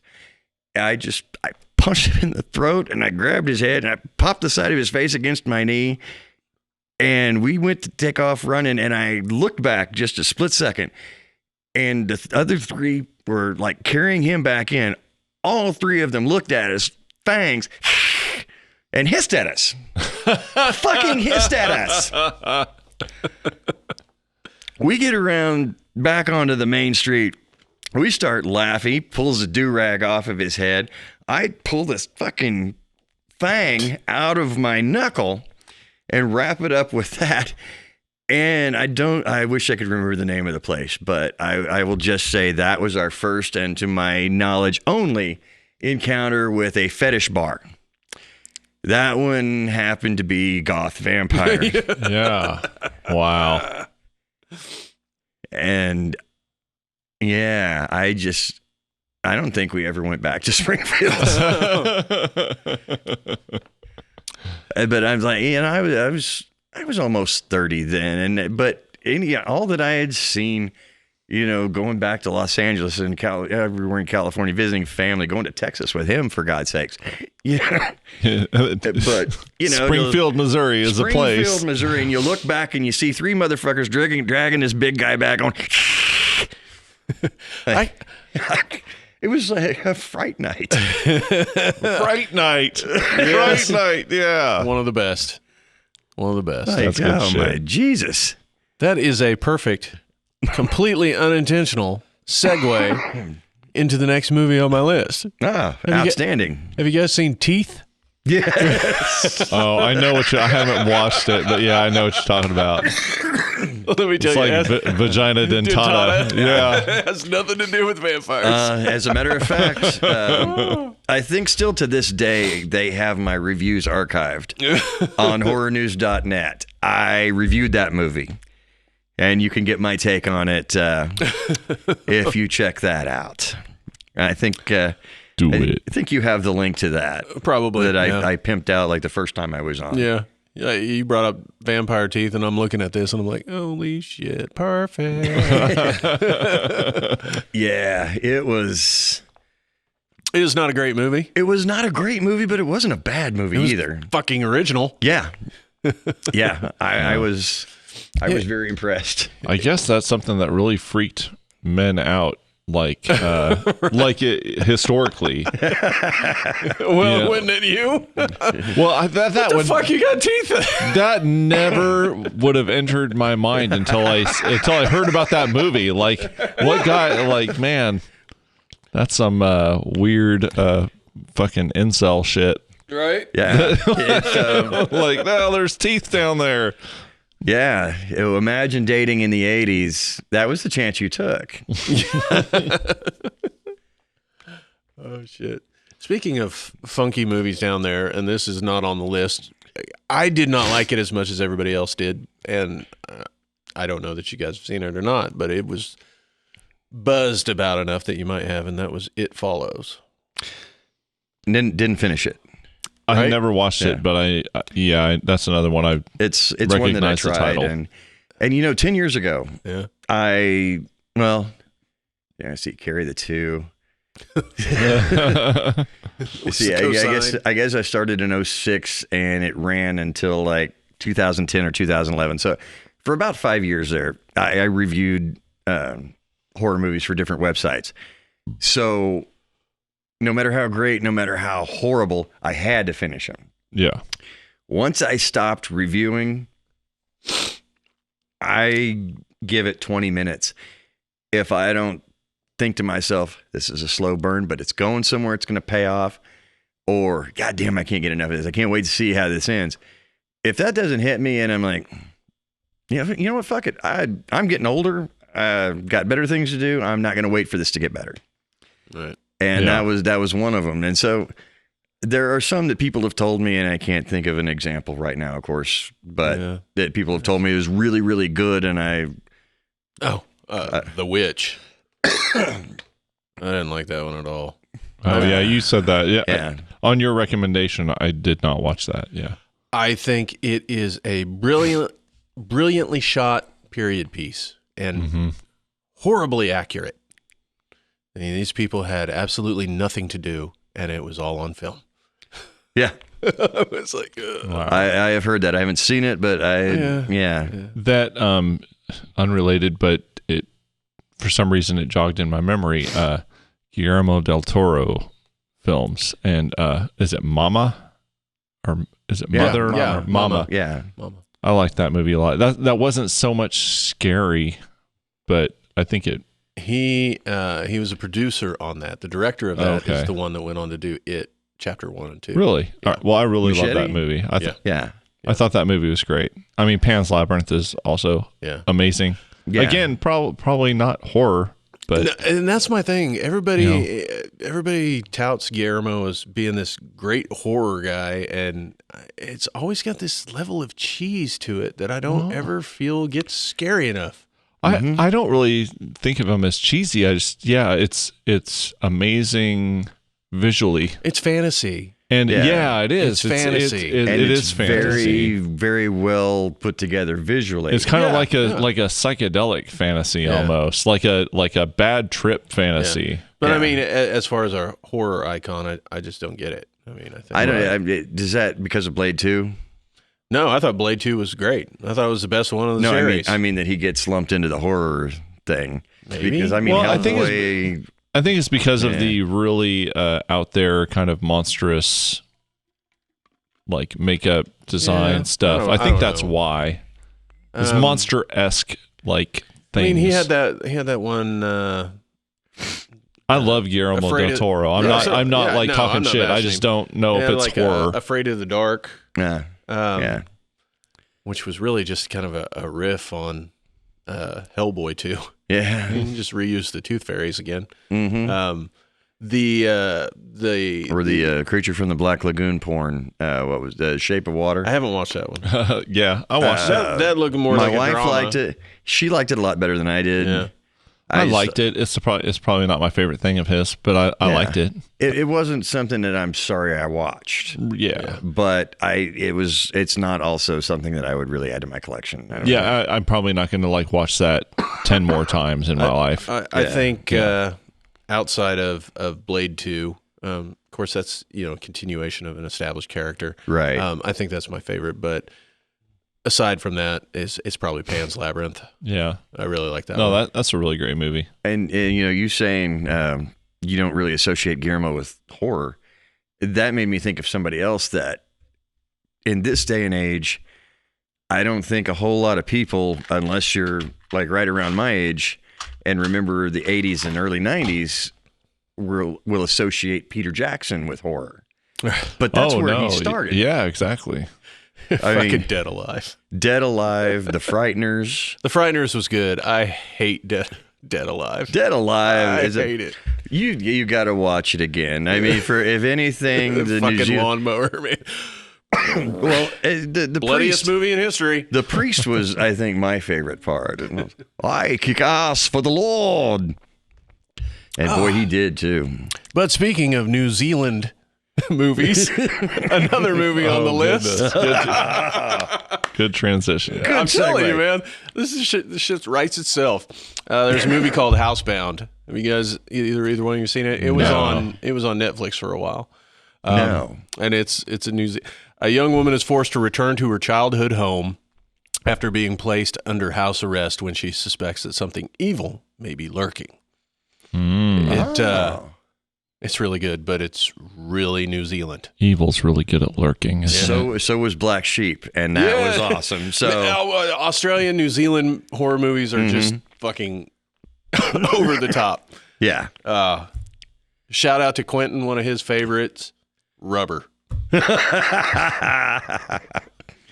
I knew there was something special about that boy. Well, yeah. I give that movie mad props just for originality. A fucking sentient rubber tire that falls in love with a woman and kills everybody psychically that gets in his way.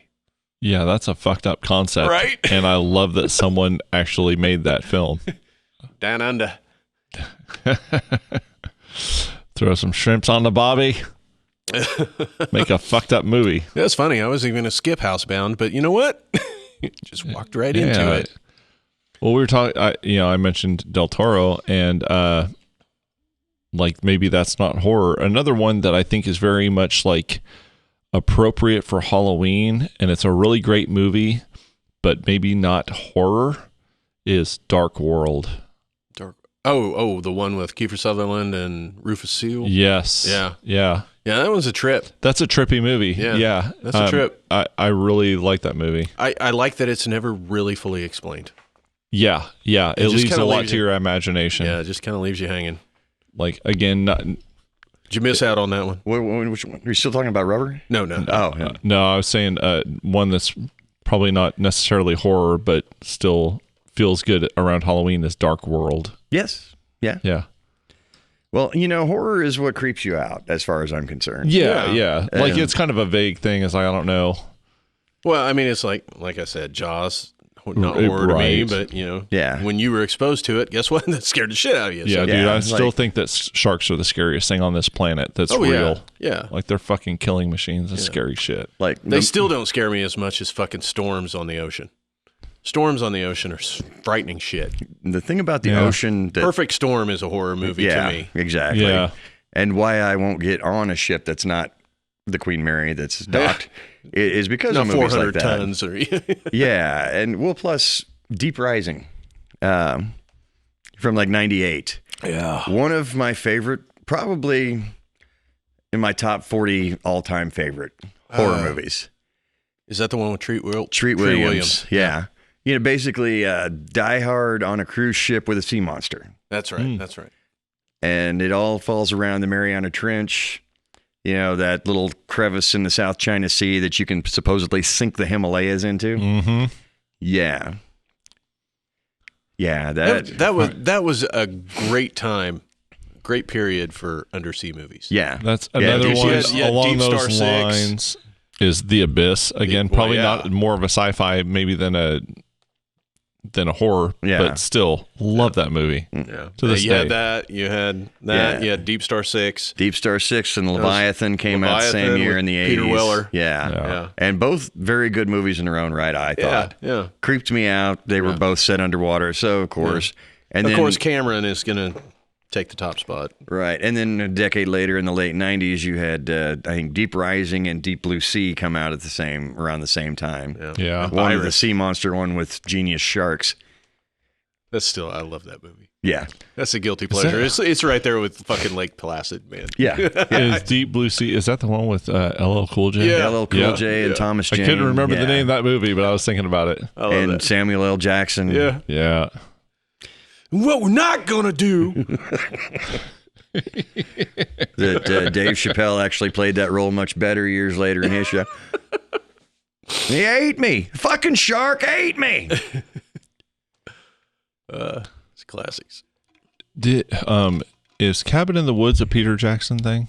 No, that is strange enough a Joss Whedon thing. Joss Whedon. Okay, and yes. Drew Goddard. Yes. Drew Goddard. Yeah. Drew Goddard. Thank you. Yeah. Yeah, which I I love. don't know why I got that mixed That up. is the most subversive horror movie on the Yeah. planet. It's I brilliant. knew nothing about it going Neither in. did I. And I- it was a I great waited surprise. 2 years for that goddamn movie. I waited. Right? And then it never played in a theater near me. And I was so pissed. But Don't you feel lied to when that happens? I do. It And did once not I- come to a theater near me. God damn it. And I think the only reason it wound up getting released is one of the studios went bankrupt, or the usual story. But one of the reasons it wound up getting pulled off the shelf and got released was because Chris Hemsworth was all of a sudden a megastar with Yeah, Thor. huge. yeah. And thank God. As much Yeah. as I love Thor, he's still, I think, one of the best comedic actors out there with his little cameos and everything. Yeah. Mhm. But Cabin in the Woods was it was what we needed at the time. Yeah. Mhm. Because horror was getting stale again. Right. Just like when Scream came along in '96 and saved us from, and the late '90s became amazing for horror. Yeah. Really the did. first part of the decade got so stale, I think. Well, I mean, they were still trying to figure out how to do part 8 of this, or Right. Yeah, part or 9 of Buster that. Rhymes kickboxing Michael Oh my Myers, and so. And then along comes this little self-aware, poke fun at everything movie Scream, and I loved it. And Yeah. to this day, Kevin Williamson is one of my writing idols when it comes to, because he everything was in Wes Craven, perfect direction, I thought. Cast was great. And the sequel, I like all 3 sequels, but none were as good as the first one to me because it just spearheaded everything. Because after that, the late 90s, we got shit like Event Horizon, like you mentioned, Mimic, The Relic. Yeah. All, cheesy at times, but very atmospheric, very frightening. And movies. Original. Yes. I mean, original. Maybe not the idea. I mean, they still follow the plot points. Mm-hmm. But, at least we're trying to create a new creature, or we're trying. Yeah. We're not sending Jason to space. Exactly. Which is hilarious, though. Jason X is a personal guilty pleasure. Dude. I don't think I ever bothered to watch that. There's one point where he's on the ship and they're trying to trap him. So they're using their hologram technology because we're way in the future, right? Yeah. And so he's got like these two fucking bimbos that are topless, and they're like, "Oh yeah, we're camping, blah blah blah." blah. And it cuts back to the control room, and then it cuts back to him, and he's got the two fucking girls in sleeping bags, and he's just beating them on the fucking walls. It's hilarious. Oh my gosh. Yeah, that movie introduced me to Todd Farmer's genius. I guess that does make sense. Like if he can't die, then he would live. Well, and then they made the way mistake into of the future. cryogenically freezing him. Yeah. And the building collapsed. It was a terrible setup. Yeah, they had to go back to Earth. What was it like? It was basically like a college fucking field trip to study serial killers. And they had the one dude that's in love with the bot, and she's hot, but it's fuck. Yeah, cheesy as hell, but genius in its own right. Right. Yeah, if you're that far in the future, there's dudes fucking robots. It's happening. Speaking of fucked up shit like that. So Glenn Danzig, of all people, has a new movie out on Shudder. That's not a Wrong Turn sequel? No. Oh. It's called Verotica, which is, I guess, based off of a comic. Really? Yeah. That's a new one on me. Yeah, anyway. I couldn't. My wife loves the Right Turn movies. Just a wrong turn. A wrong turn. Right turn.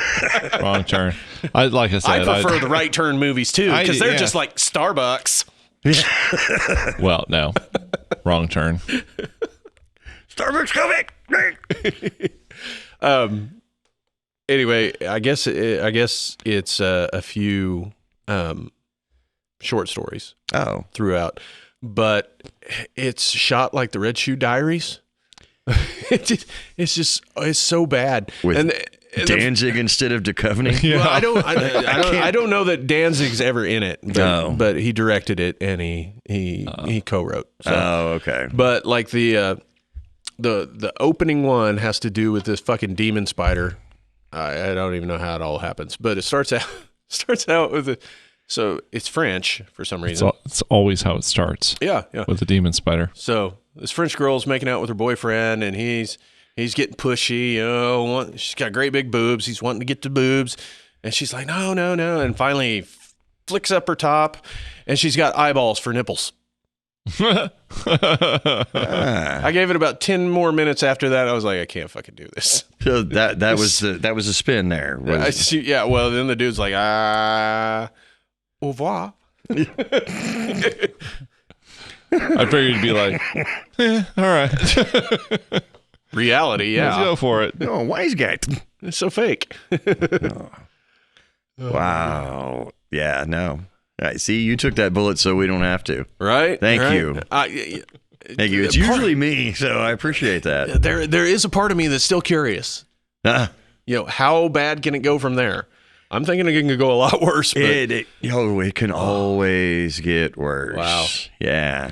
So one of the guys that was supposed to be here tonight, his wife turned me on to this movie because she said it scared the shit out of her. So I'm like, okay, I need to check it out. And it's called The Devil's Candy. I've heard of it. Yeah. It's one of those that I scroll on by. Mm-hmm. Yeah. But that Pruitt Taylor Vince, guy that like in Identity. Yeah. Big bald guy always does the eye thing.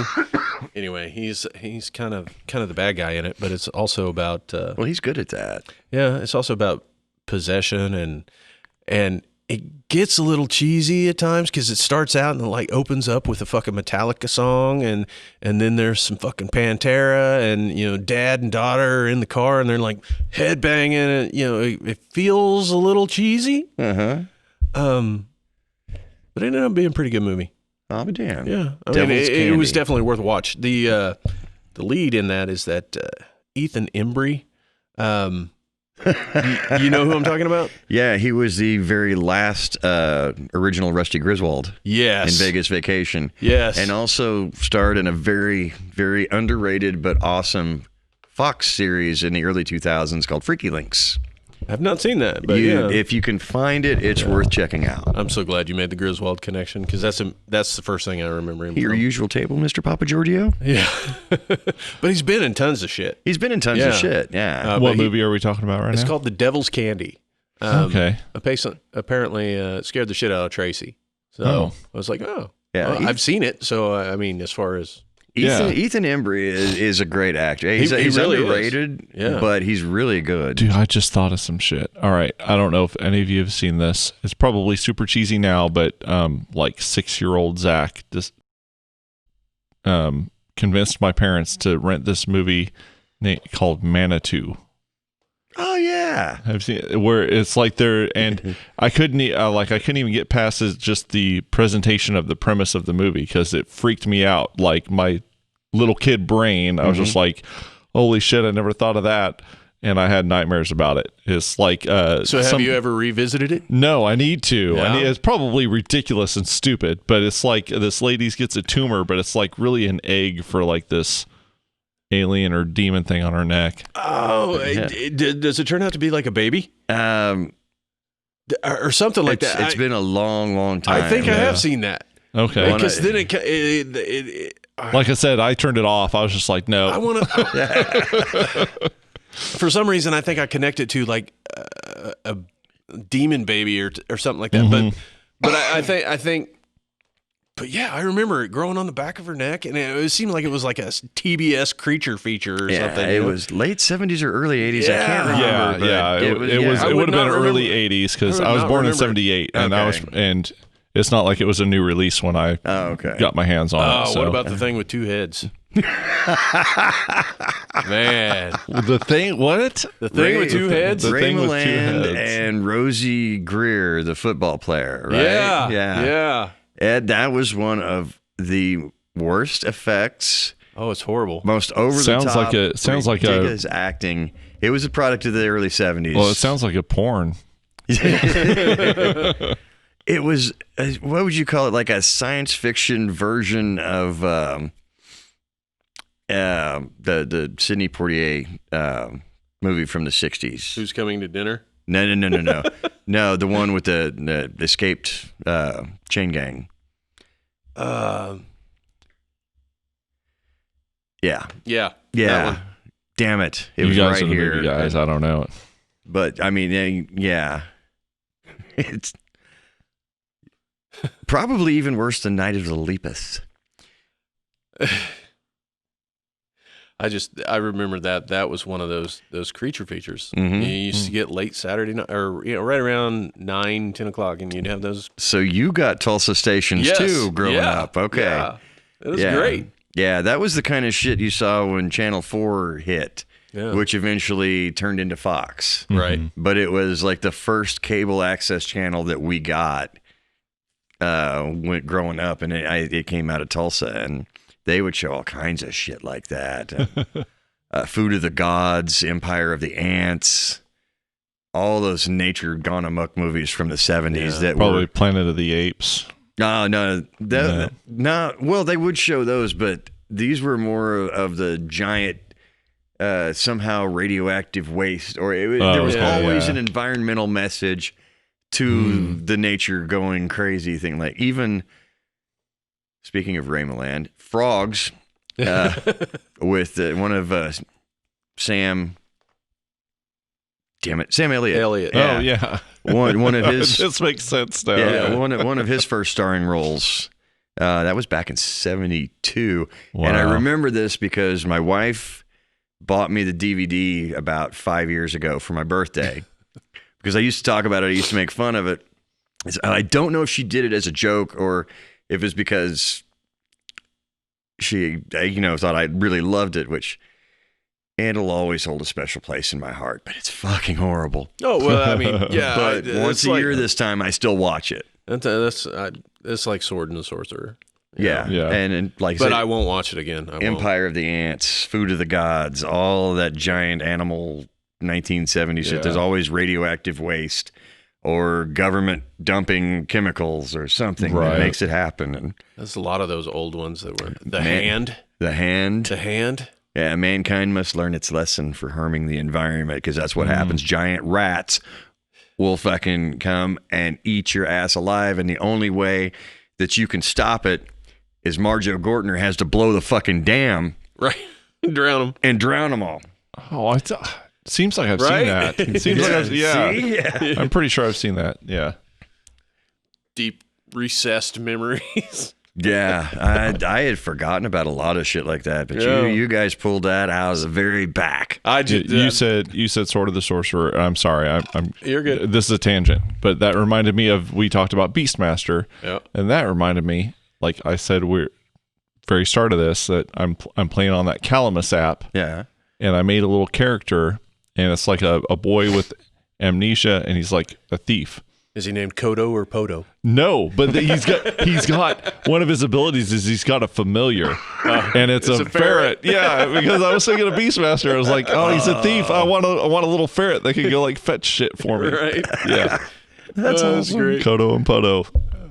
All right, and sorry. that movie introduced me to the actor with the single best name in the business, Rip Torn. Oh yeah. Rip Torn. Yeah, if you're going to make up a name for show business, make it good. Go all the way. Go all the way. That's right. And from that point forward, everything from Men in Black to Dodgeball and... my first name is a synonym of my last name. Yeah. Yeah, my last name tells you what happens when my first name happens. Right. So good. I love that guy, though. So, we've been told that you got a book that came out today. Oh, shit. Rumor has it. Well, it's true. Yeah. I finally pulled my head out of my ass after a few years of trying to get it what I thought was just right, and then months of spending my one day off trying to figure out Amazon self-publishing software. Dropped today. Happy Halloween. It's called Retro Ramblings Volume 1. And it's not a novel. It's just a collection of stories. I call it Volume 1 presumptuously, like somebody out there is going to buy one or two copies and I'll be like, okay, Volume 2. You're just hoping you remember enough for Volume 2, right? Oh, you believe it or not, I have a lot of ideas written down because this has been a slow churner for about a decade now. It started out as something completely different. It was supposed to be an ongoing web series on this horror website about my adventures and misadventures and road trips and the like, to see at what I at the time thought was the greatest upcoming horror movies, because I worshipped Fangoria as a kid. It was my Bible. And ever since my next door neighbor got me hooked with Halloween, and my cousin would take me on his dates, stuff me in the little hole in the back of the seat of his El Camino to get into the drive-in. And then while they were making out in the front seat, I had a lawn chair in the back watching the movie. Oh, yeah. And there was always be a horror double feature. And I got to see so many cool movies in the 70s like that. Like When a Stranger Calls Back, The Hills Have Eyes, Dawn of the Dead. I was right there for all of it. And it was so much fun. Some was more fun than others because some of the movies I saw actually sucked. But some of them like kind of put me in a different direction. It was like, oh, I like these kind of movies now, or I like these. And it's just tales of what happened, how they affected me at the time, what I had to go through to see some of them, and how they still affect me to this day. There's, of course, the origin story, with Halloween that opens it up. There's a story about what movie made me just decide I wanted to be a writer and stick with it. There is also there's 5 stories, I say, in each segment. This is the first volume, but the next volume, whenever it comes out, if I remember how to format that shit, then volume 2 will be probably next year. But there'll be 5 different self-contained stories, not in any order, of just those kind of things. And there's even a tribute to Brother Fab. In this one, it starts out with me and my buddy Vince in October of 1986 going to see the best fusion of metal and horror ever put on film, a little movie called Trick or Treat. Best soundtrack of all time, thanks to Fastway. The movie, God, and I just watched it like a week ago. I want to say it still holds up, but goddamn. It didn't age well. It didn't age well. It'll always be sentimental to me, but started out with that, and it wound up. It was a movie I didn't talk about much because most of the responses I got when I brought it up would be like, "God damn, that movie sucked," or "The fuck are you talking about?" It was one way or the other. There was no gray area, no middle ground. So I stopped talking about it, and then one day, years into our friendship, quite by accident, going to pick him up for work, I was blaring the soundtrack on my tape deck. Brother Fab came out just singing it. And I was like, and it's how these movies kind of shaped me creatively. The writing style that I have, what goes into my screenplays, what goes into my short stories, even what went into my movie reviews. Right.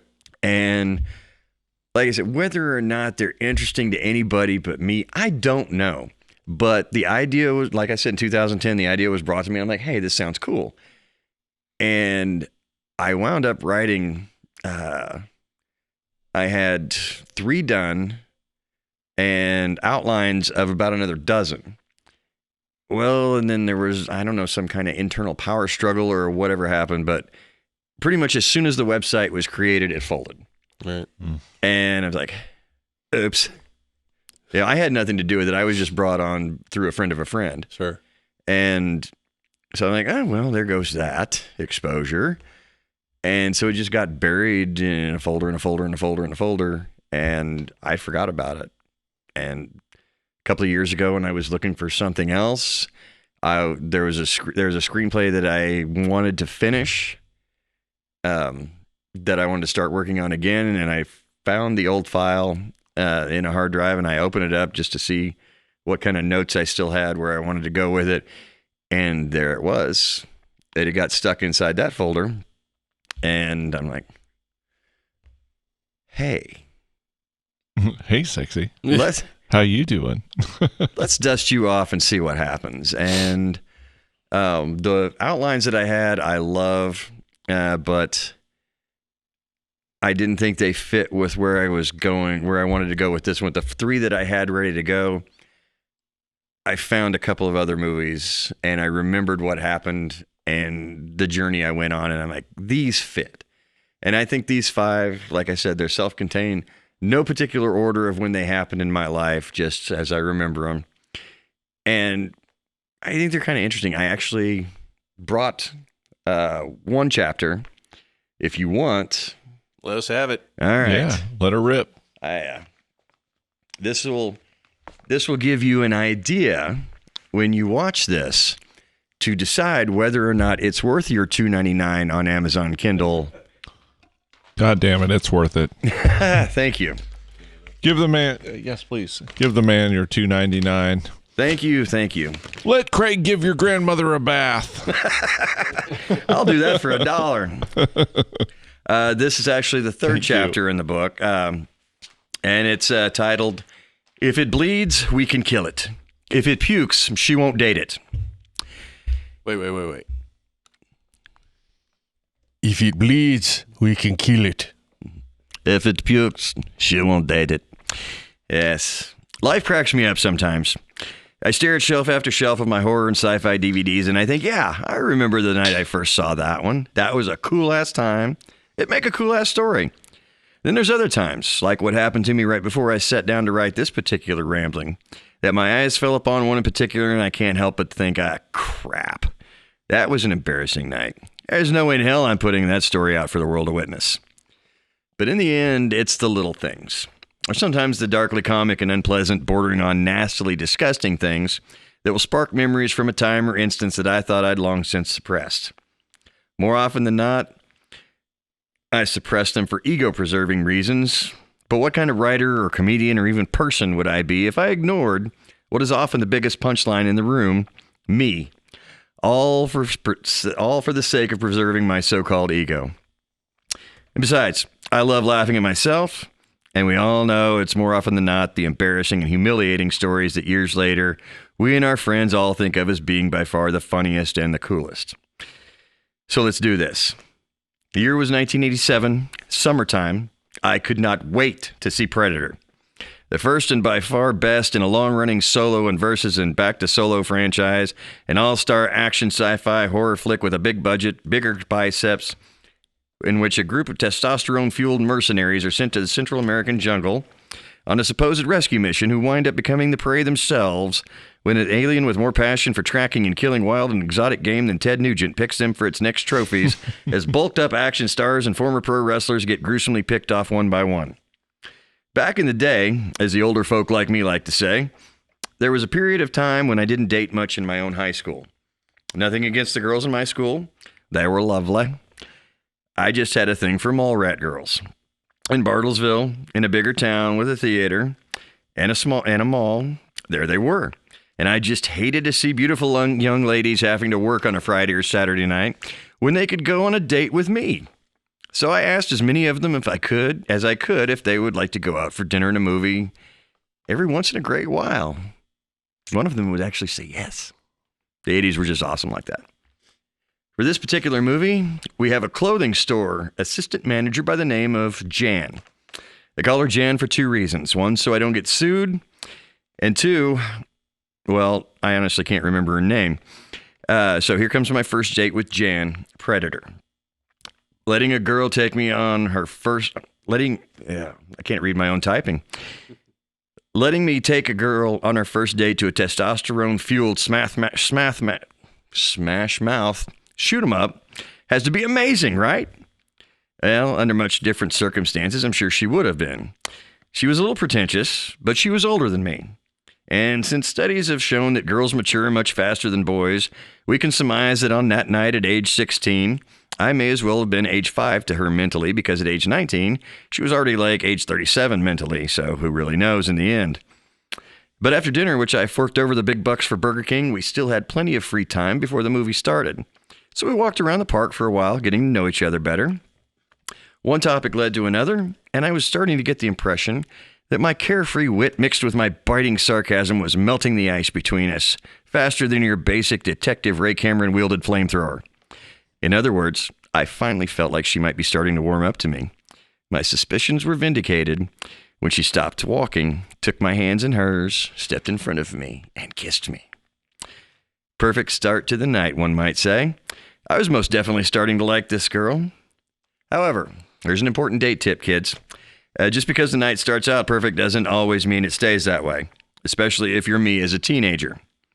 It is unfortunately for me, and very soon thereafter my beautiful date, my stomach hadn't wanted to cooperate with me since we ate dinner.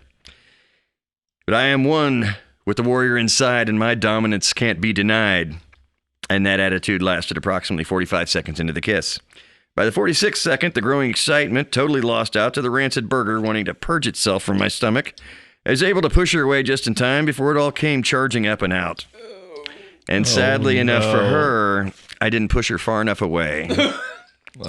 As her gorgeous low-cut sundress that perfectly displayed her two finest qualities was inadvertently covered by the chunks formerly known as my dinner. This is probably quite needless to say, but I'm going to say it anyway. That little incident right there cut our first date much shorter than I'd originally hoped. I tried to salvage the evening, I apologized repeatedly as I drove her home. I offered to wait outside like a gentleman while she cleaned up and changed, as I firmly believed we could still make the later showing. For about the next, let's say 3-ish minutes, I learned many new colorful metaphors regarding some of Jan's suggestions as to things that I should do with and to myself. This is probably also quite needless to say, but I'm going to say it anyway. That night was our only date. So as I pulled away from her apartment, because she was in college, I was suddenly feeling much, much better. A little gargling with Dr. Pepper and a few Tic Tacs. I'd convinced myself that I drove all this way and I really wanted to see this movie. And after all, the chunks were all on Jan, not me, so I made it to opening night and the previews. Now, is Predator Schwarzenegger's best movie? People can debate that till they're blue in the face and never really agree. Personally, I think he's got tons of amazing movies, especially The Villain, Commando, Raw Deal, Total Recall, The Running Man, The Last Stand, and of course the Terminator franchise, just to name a few. But Predator will always be my favorite Schwarzenegger flick just because, even after a first date turned horribly gross and embarrassing not just for me, but for the poor girl who ended up wearing my burger, I still got to see the movie on opening night and I still loved every second of it. But to this day, because of that incident, I straight up refuse to eat at Burger King. And now that I think about that, it makes me wonder, some 30 years later, you think Jan has watched Predator yet? Dylan, you son of a bitch. What is this fucking time? Yeah. Oh, that's great. So there's four more, huh? And there's 4 more, yes. 4 more. Yeah, and they're not, just to clarify, they're not reviews. They are 100%, to the best of my recollection, true stories of my adventures and misadventures. To see the movies I wanted to see in a time before Netflix and the internet, and even direct to DVD was still brand new back then. Yeah. So Awesome. That's pretty much it. I appreciate you guys letting me pimp that. No, that's great. That's awesome. I'm glad that you are, using your creativity to put that out there. It's awesome. Thank you. And I Jan, if you're listening, she's not listening. No one's listening. Podcast off the edge at gmail.com. Email us. Yeah. He's sorry, really. He really is. I really am. We just want to know, what'd you think of Predator? Whatever your name was, I'm sorry, Jan. So why'd you pick Jan? She look like a Jan? She kind of looks like a Jan, I guess. So maybe it was Jen. Nah, no. No. Brady Bunch. Honestly, it might actually have been Jan. That's just the name that's stuck in my head. Yeah. Like you said, I can't clarify that. And since I couldn't remember, I don't really like using people's real names, but I don't use last names. Right. And like I said, the odds of the people, some of the people I still, talk to that were childhood friends and everything, but random dates like that, I'm sure I was forgotten about as soon as she got in the shower to wash that shit off. So, there are kids I went to school with, 2nd, 3rd grade, and then they move away and stuff like that. That I've gone on to Facebook, but I also don't know that I recognize them. You know what I mean? Right. And one in particular, his last name was Smith, so I might as well just forget about it. Yeah. I don't know where he went, what happened. I can't remember. I've got a couple of friends from like early childhood back in California that I have no idea how to find them. There were just 2 that I can think of off the bat. There were twins that were girls, moved away in like 4th or 5th grade. Their last name was Smith. Yeah. So, good luck with that. Well, and on top of that, they're girls. They're girls. Yeah. So it's not there anymore, I'm sure. Yeah. Because they're going to be my age. And there was a couple of brothers, last name Simon. Like, that's not popular. So. Popular enough, yeah. So who knows where the hell they went. But they were good people in like 4th grade. I'm sure they still are. Yeah. It'd be neat. Be neat to track them down, see what We were happened. talking about horror movies, obviously. It's Halloween. Were we? What? What? we talk about brand new what? information? It's Halloween? Oh, shit. Oh my God! Trick or treat.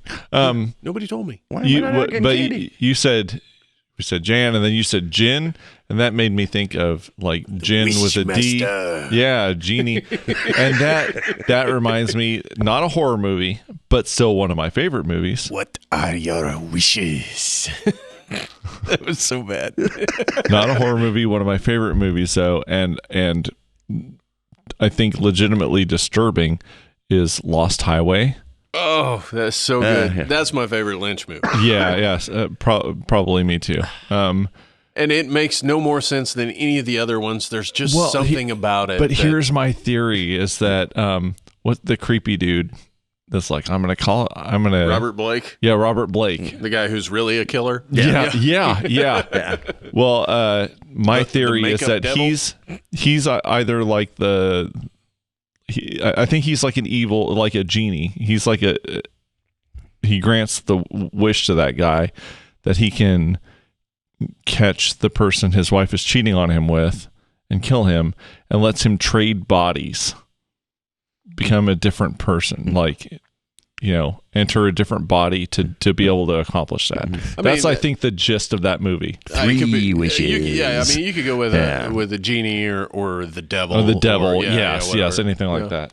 Yeah, I'm that's at your pretty good. house.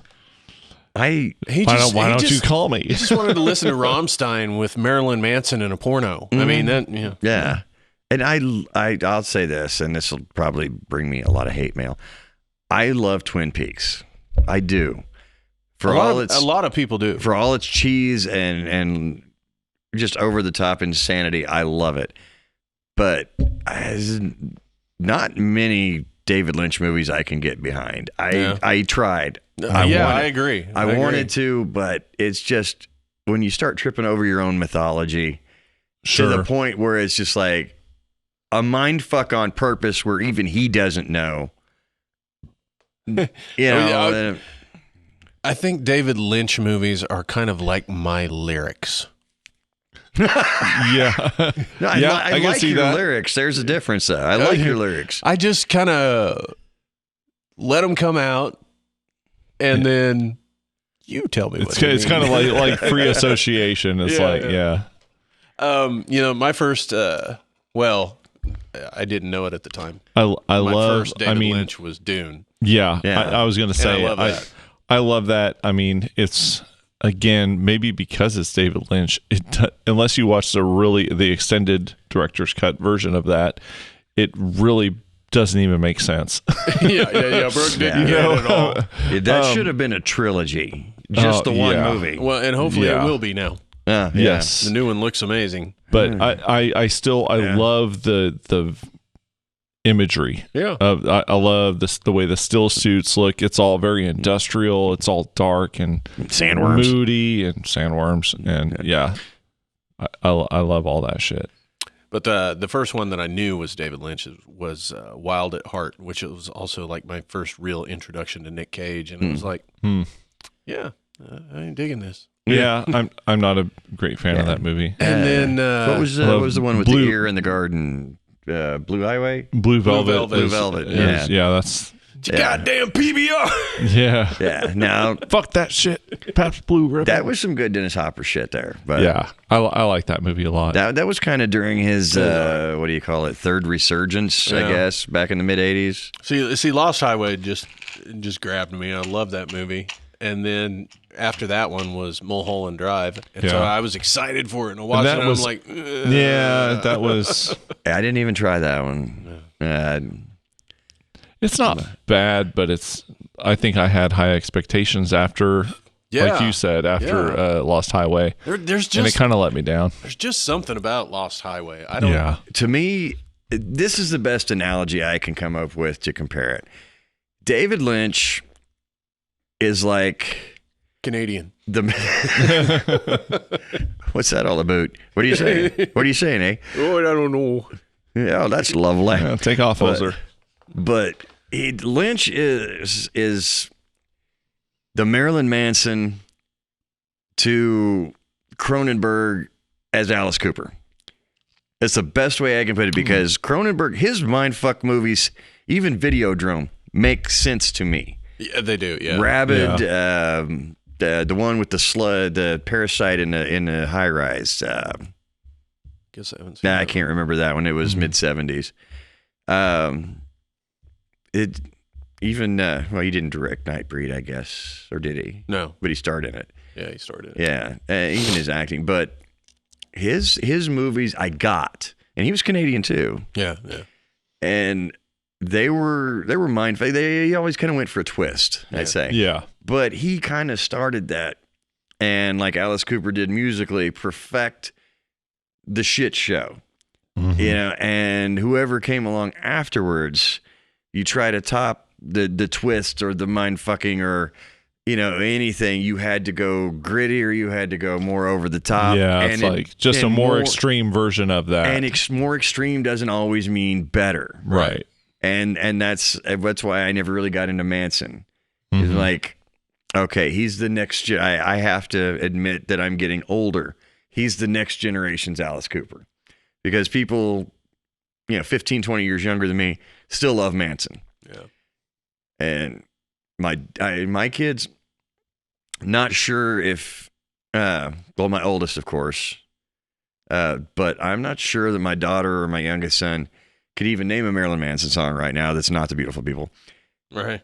But Allie has seen Alice Cooper live and thinks he's the shit. So at least, there's one I did right. But yeah, I still love Cronenberg's movies. Yeah. And as much as I wanted to get into David Lynch and love him, especially because of Twin Peaks, I just couldn't. Yeah. It's a little hit and miss for me. I tend to really like things that leave it up to interpretation. I like that with music. I like that with our lyrics, like we were talking about. Yeah. I like that with films where it's like it's a little vague and it's like, whoa, you could have your own theories, and I like that. I like that we could say, like, what's your theory about this movie? It's like, oh, I didn't fucking think of it from that way. Like, let me tell you what I think about it. I like those conversations. It's like anything. You could have a complete wrapped up story with a bow tied, as long as it's done right. Yeah. Then you don't gold. Yeah, I don't, and that's the thing I guess I don't like about a lot of the newer horror is the fact that they have to feel like they need to explain everything to us because we're dumb. Yeah. Right. Yes. But the shit that was left wide open back when we were younger, I like that. I don't, not necessarily of course, he's not dead ending, but the shit that just sometimes just ends and makes you think. Well, and I hate that not only do they have to spell it out for you, but they have to spell it out for you in 88 minutes. I mean, if you're going to spell it out for me, at least, draw it out a little bit. Give me more exposition. Come on. Yeah. But, everything's got to be under 90. And it's like, not every movie can have Jamie Kennedy keeping it rolling along, and explaining the rules. Right. And that was beautiful. Yeah. That was one of those times, okay, this makes perfect sense. This is where this belongs. Allow it. Yeah. I mean, it's just like the first time a movie just totally got meta. You know what I mean? It's just like, here are the rules, because I've been watching horror movies all my life. Yeah. And then it goes, I'll be right back. that movie, like I said, came out. I haven't watched it in probably 3 or 4 years. Yeah. But the last time I watched it, I remember thinking it really hasn't aged. No. Yeah. It's a good movie. Yeah. It's a solid movie. Yeah. They had cell phones, so I mean that helps. Yeah. Well, and when part 4 came along, and I thought part 4 was really good. Yeah. The only one I really didn't care for as much, by far, with the exception of James and Bob cameo, was Scream 3. Yeah, and everybody shits on Scream 3, and I didn't think it was that bad. It wasn't that bad, but it's the weakest of all of them. A different writer took over, and you can tell. Yeah. Because it didn't have the biting wit and the self-awareness that Kevin Williamson put into it. Yeah. But he came back for part 4, and holy Jesus. And overdid it, because we had 3 beginnings. Yeah. Yeah. I mean, really what he needs to do, Kevin Williamson, is he needs to come out and write and direct his own stab. Yes, he does. Or better yet, just start with stab 7. May as well. Or whichever one it was that she complained about. Because they did time travel. Like, just start with that one. Like, what the fuck? It'd be like Leonard Part 6. Yeah. And, yeah. You know, I wanted to see with the pudding popping, you little fucking. the Jello and the Quaaludes, and you put them in and shake it, and then you go nappy. Oh, speaking of Kevin Williamson, before I forget though, there was a movie that I love werewolves, my favorite movie monster. Same. And there was, I'm with you on that. Please don't tell me you love that movie. In the early 2000s, the director's cut, the one that we were supposed to see before the studio stepped in, and It was better. fucked with Wes and everything else. But still. It was okay. All right, I'm not speaking your language. Are you talking about The Howling? Cursed. No. Cursed. Cursed. It was a 2004, I think. Yeah. Christina Ricci and Jesse Eisenberg. And Oh, Dawson's really? Creek dude, Joshua Jackson. Yeah. I don't even know about this one. It was supposed to be this modern, awesome Wolfman movie about a curse passed down, and this who's bitten and who wouldn't. But and Wes Craven was directing it.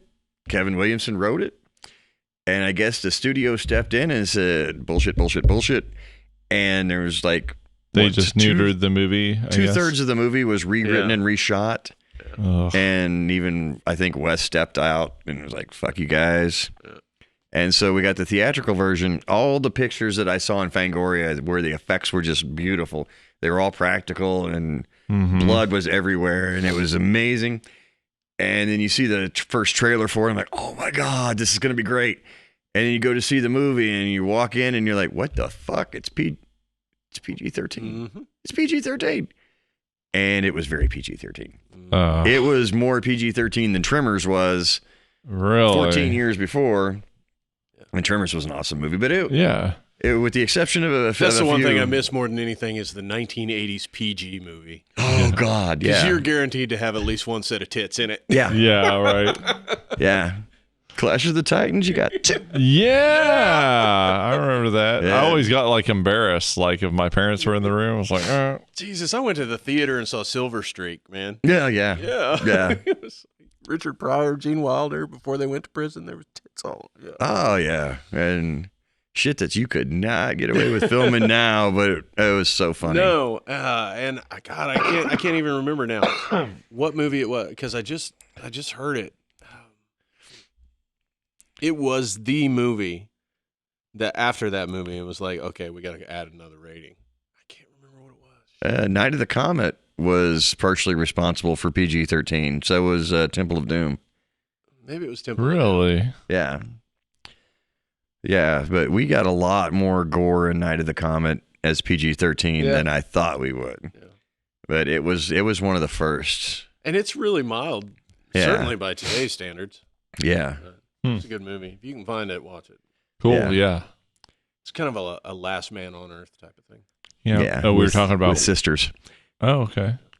We're talking about werewolves. I need to watch the American Werewolf in London again. Like, it's been way too long since I watched that movie. I liked it. I liked The Howling. I saw them both in theaters, but to me, it hasn't been done as good before or since as Dog Soldiers. Dog Soldiers, yeah. I to me though the best, obviously the best transformation on film was probably American Werewolf in London. See, I go with The Howling on that one. Yeah, I think I go with The Howling too. Well, I agree. The Howling is a superior movie. American Werewolf in London. There's too much humor in it. Yeah, well, I think American Werewolf in London, came out before The Howling, and they kind of paved the way. Yeah. So if you want to say but The Howling is incredible, innovative and so hard to find. Oh, I know. It's not streaming anywhere unless you're going to pay for it. Yeah, and I honestly thought I had the DVD. I cannot find it. Well, what about The Howling 3, The Marsupials? Yeah, I vaguely remember watching that and Watched being it like, once? what? And they just went downhill from there. Yeah. As if part two I won't wasn't even. enough. I won't even watch any of the sequels, but I am dying to watch the first one again. I have seen them all, I may need to try But to I borrow don't- that from the internet. but I don't remember. I could probably do that too, but Yeah. Yeah, it's like a library out there, Yeah. I think Yeah. the Not that I Halloween's know probably my anything favorite. about that. No, and not that we never. advocate that, but God damn it, if Amazon doesn't have it, But maybe we need to get a VPN for a sponsor. Right? yeah, like Just Watch Me or whatever. What was it? Oh no, that's not. That's just an app to find shit. Oh, But there are a So- couple of VPNs that do sponsor YouTube channels. Yeah, there are. So, Kind of, it just blocks your IP address from being seen. the cool thing about it is you can get like Netflix Europe, or because There for a there are while. different movies that are shown. I'm going to incriminate myself. I love audiobooks. yeah. Okay. And so occasionally I might borrow an audiobook from the internet. And so It's just called the library. from the Yeah, library. from the library. And if I there's some sites that are blocked in America that if I set my VPN to England, I can access them. And so then I can download what I want from those sites, and it's pretty fucking cool. It used to be the only library you could really go to was in Russia. But Lars Ulrich took care of that for us. Right. So, anybody else want another story? Oh yeah, I got a little story. I'm always down for a good Do it. story. I got a story. Do it. Give me your story. Let me get my story in voice. Ooh, give me chills. It was the summer of 1977. A young Turk by the name of Lance Mannion was dancing his way to victory all across the state of Kansas in every local and regional disco dance-off competition he could feather step into. From the American Legion in Colby to the VFW in Leroy, he won them all. It was on the eve of his greatest victory that it all came crashing down, literally. What would have been his ticket to the state dance-off in Topeka turned into an electric slide of tragedy.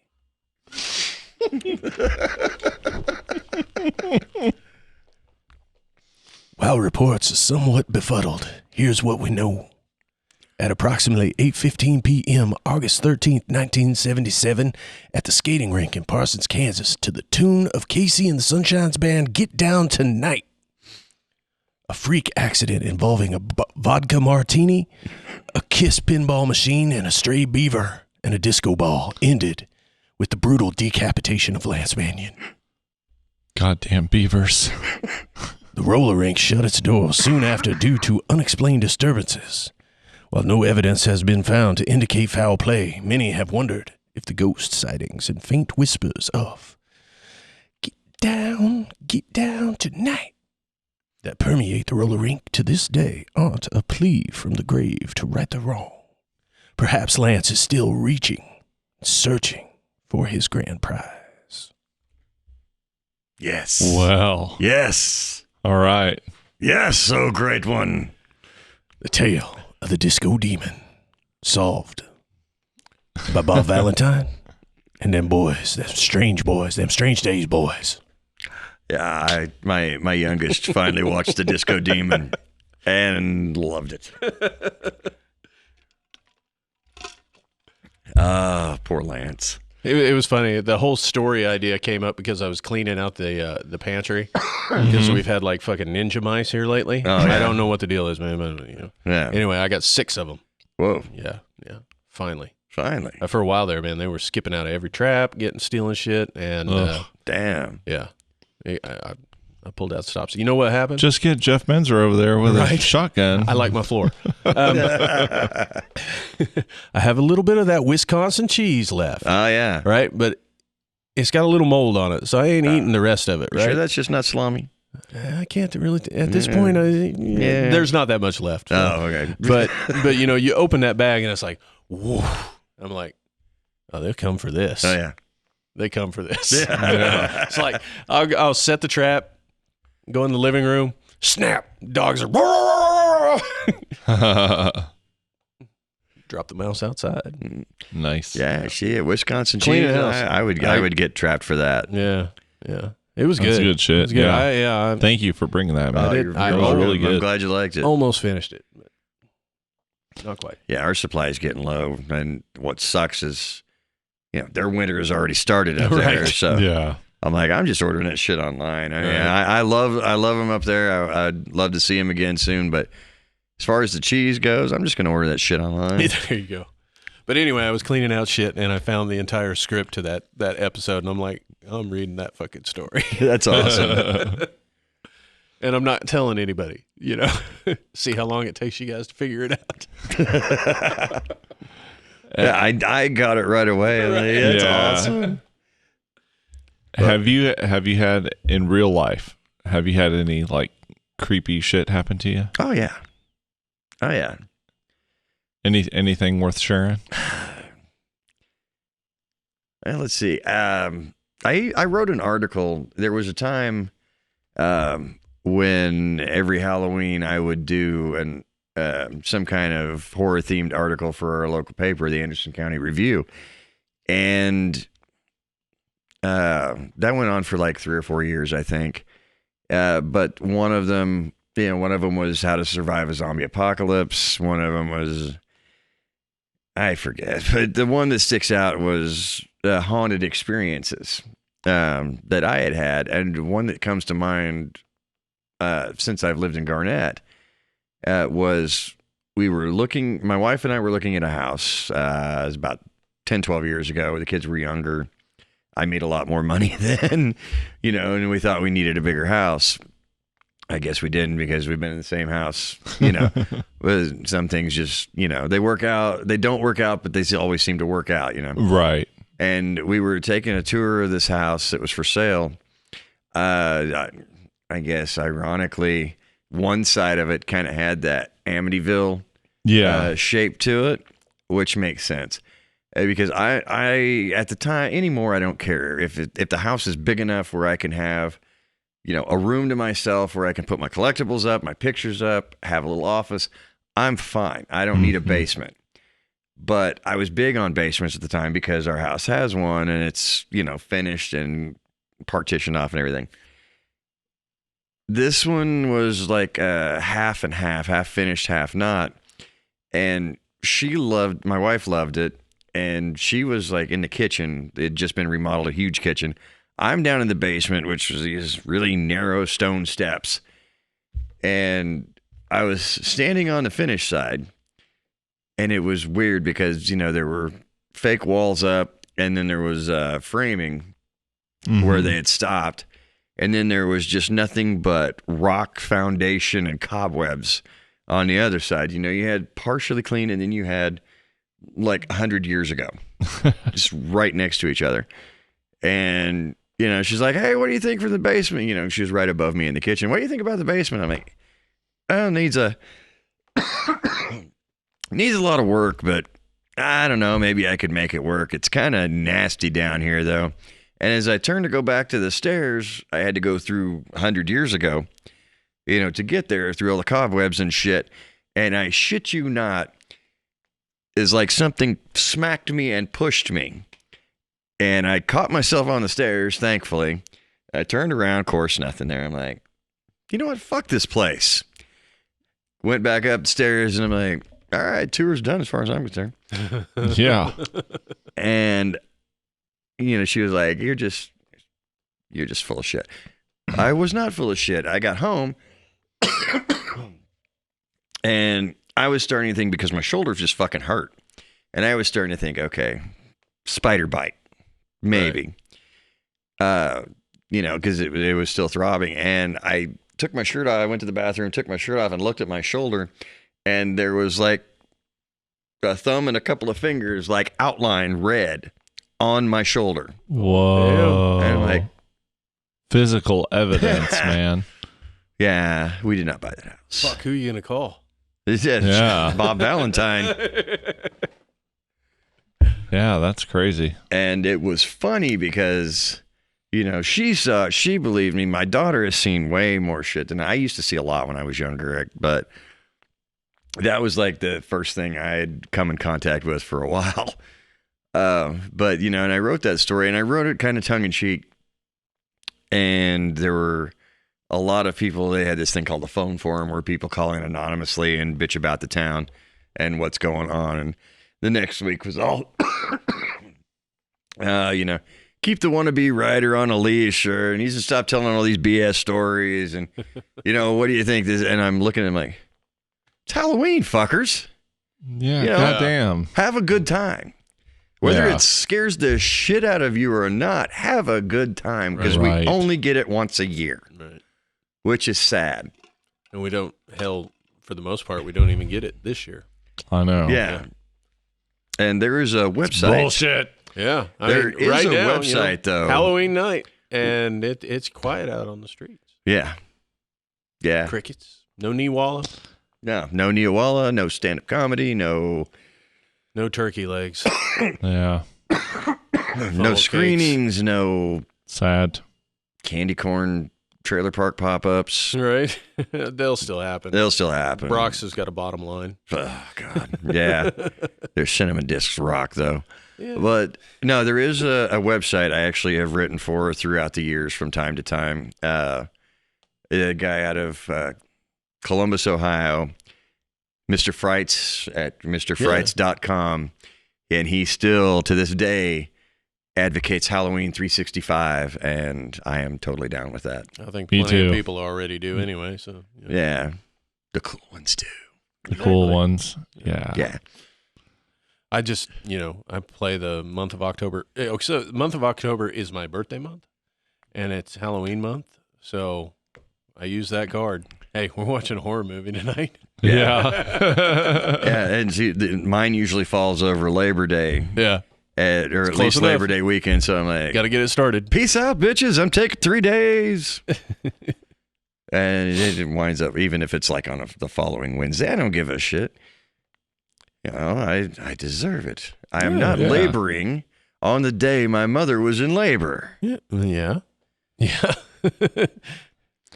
If anybody needed it off, then definitely. It was Yeah. definitely her, especially since I was due August 20th Oh. and made her wait another 12 days. Yeah. Mm-hmm. I made my mom wait too. Yeah. I don't Wait, think it was 12 days. How many but- days in August? My apologies. Caney High School, Caney Math. 13 days. I was a week early. Overachiever. Yeah, I know. I was eager to get out here and get started, I guess. There you go. You've been trying to get back in ever since. I know, right? Yeah, with me, I'm like, world ain't ready for me. Nap time. Yeah. They're going to put me to work. I'm going back to sleep. Mm-hmm. How about you, Matt? You got any personal experiences with some crazy shit? I just Possibly supernatural in origin? I just had a cold spot. Had a cold spot incident. 40-foot Twinkie? Yeah. That's a about big the Twinkie. What about the Twinkie? LaHunt. Yeah. Went out and explored LaHunt. Oh. The car that I was driving at that time didn't have any AC. But we always had the vent blowing. Windows down, vent blowing. And came out of there and hit a patch that just like got cold all of a sudden. Yeah, That's pretty much the extent of it. There is something about that place. Yeah. For those that aren't in this area that don't know what LaHunt is, it's like was a town. There was a cement factory there? Cement, yeah. Yeah, and it's abandoned. There's like the ruins of the town are still there on this hillside. And, it's overground, like nature is taking it back, but there are still the remnants of this town. There's a little graveyard out there, and it's got a creepy feel to it. Yeah. Well, it doesn't hurt that, years and years of lore around it, especially the graveyard. If there's some witch's grave out there, you go around it. it's become its own stole. Yeah. Really. Yeah. So I don't know. I haven't been out there since it's been bought up and made private. But I haven't been out there for Are you guys familiar 20 years with the plantation down by Oswego? no. I guess not. I think it was down by Oswego. It was in college, so you had to forgive me. That was like 30 years ago. But there were a couple of people my second year at Coffeyville who were from Oswego, and they were telling us about it. It's one of those places where it's exactly what what the name says. It's a big, overgrown former plantation, and you have to walk about half a mile from the road to get up to this. At least you did then. And they were always talking about it. I'm like, well, let's go see it. I love places like that. Just at least once. And we kind of walked around. I mean, the place was really overgrown and not really safe looking from a structural point of view at the time. So, we didn't go anywhere near like inside or whatever, but we just kind of walked around the property and I'm like, all of a sudden out of nowhere, I'm like, okay, it's time to go. And that's what I said to the little group. I was like, time to go. And we're like, no, come on, it's fun out here. We can, we can go back, get some beer and bring it. I'm like, whatever. But I'll be in the car. And they're like, all right, fine. We'll just go. And we take off walking back down the path, this whole half-mile trek back to the car. And just as we get out of the clearing, into the overgrowth and everything that we're heading back to, I turn back around, and in one of the upstairs windows, I just look up there, and for just a couple of seconds, there's this dude up there waving, smiling down at me. I'm like, good call. Yeah. Walk faster. I think Craig's got a little medium in him. Yeah, I think so. A little channeler. I was always more like an extra small, I think, but I'll take medium, I guess. We shot a video for Awaiting Daylight at the Katy Hospital over in Parsons. Oh, and they do an annual haunted house, and they're doing it. They're already open. They're doing it again nice. this year. Good for them. Yeah. So I mean, how cool is that to use an old hospital and Yeah. turn it into a haunted house? But anyway, when we were in there, Nisa, the singer, we were up in the fourth floor, and she went to up there, that's where you get the slanted ceilings, and it just everything is off up there, just based on design. Mm-hmm. Anyway, she walked into one room and she came right back out of it, and she wouldn't go back into it. She said there was just something in there. Yeah. There are certain places that just have a feel. Yeah. You just feel it. You feel it is wrong. And I don't know that I have like any kind of like medium senses or anything, because I'm not like Jennifer Love Hewitt, unfortunately. Ghost Whisperer, where I'm like, having conversations with them. If I'm having a conversation, somebody sees me talking to something that's not there, it's all the voices in my head. It's all those personalities. It's not like I'm seeing dead people. That's what you think. Yeah. But when I walk into a place like that, like a plantation, or like when I took a trip to Stull, when I was researching Unholy Ground, my script was basically Tremors with Demons. But it's based partly on that legend up there, that over one of the gates of hell, right here in Kansas, of course. And there's things like that, I think, and like you said, the Hand I didn't see coming, but there's a place in Kincaid called Vanarchy and it was kind of like a manor, and it had a very brutal story to it. This couple, I thought were very happy, but I don't remember for sure if the guy was cheating around on his wife or if she was just so paranoid she thought he was. But when he walked in the door one night, they had already broken up, got divorced, whatever. But she went back. She was hiding in the house, and he walked in. She threw acid on him. She shot him. And I think and then she shot herself, but he lived. And I can't remember if he crawled like somewhere for help or what happens, but it has a very brutal, aura to it, I guess. Yeah. And, places like that where I walk into it and I just say, my neck twitches a little bit because like, this is just fucking wrong. I think it's more instinct. than anything with me. Well, sure. Anyway. Okay. Yeah. It's just because I don't know. I've been in different situations at different points in my life. Even doing bar security, Sure. where you do it long enough, you can see something that's about to happen. You get a heightened sense of awareness. Yeah. And so when I walk into bad situation places like that, it kind of kicks in, I guess. And I don't know, sense is tingling. There's such a small sliver of the electromagnetic spectrum that we can perceive, Mhm. and there's could be fluctuations, that maybe just unconsciously we can sense. Yeah. I totally believe that that's a possibility, because there are just certain times, like you say, you'll walk into a place and it doesn't feel right. Like, the hair on your arms will stand up, you get goosebumps or whatever, and you'll say like, nope, this is not. There's an abandoned sanitarium in Veneta. Mm. And Oh, yeah, I've heard of that. yeah. And I mean, you just drive by it and you're like, that looks ominous as fuck. Uh-huh. There was a place in But I'm Tahlequah. like totally down. There was a place in Yeah. Tahlequah like that too, and I Yeah. can't remember what it was, but and my daughter though swears, like she will put her hand on a stack of Bibles and say, "That guy's fucking psychic," and it's just because I am, but no, You could be, But, we're conditioned. What's on the card? well, Yeah, and- I mean, we're conditioned. Couple of wavy lines, or yeah, I was like, is it a fish? Nope. It's Yeah. just not your day. Come out. Yeah, but yeah, and it's just, and whether you're coming to me as a father or as a friend or whatever, you're through the years, you've known me forever. I hate giving advice, but if you have a problem, I'll listen, and if I have a story that's relatable, I'll tell you, and I'll be like, this is how I fucked up, or this is how I did it right.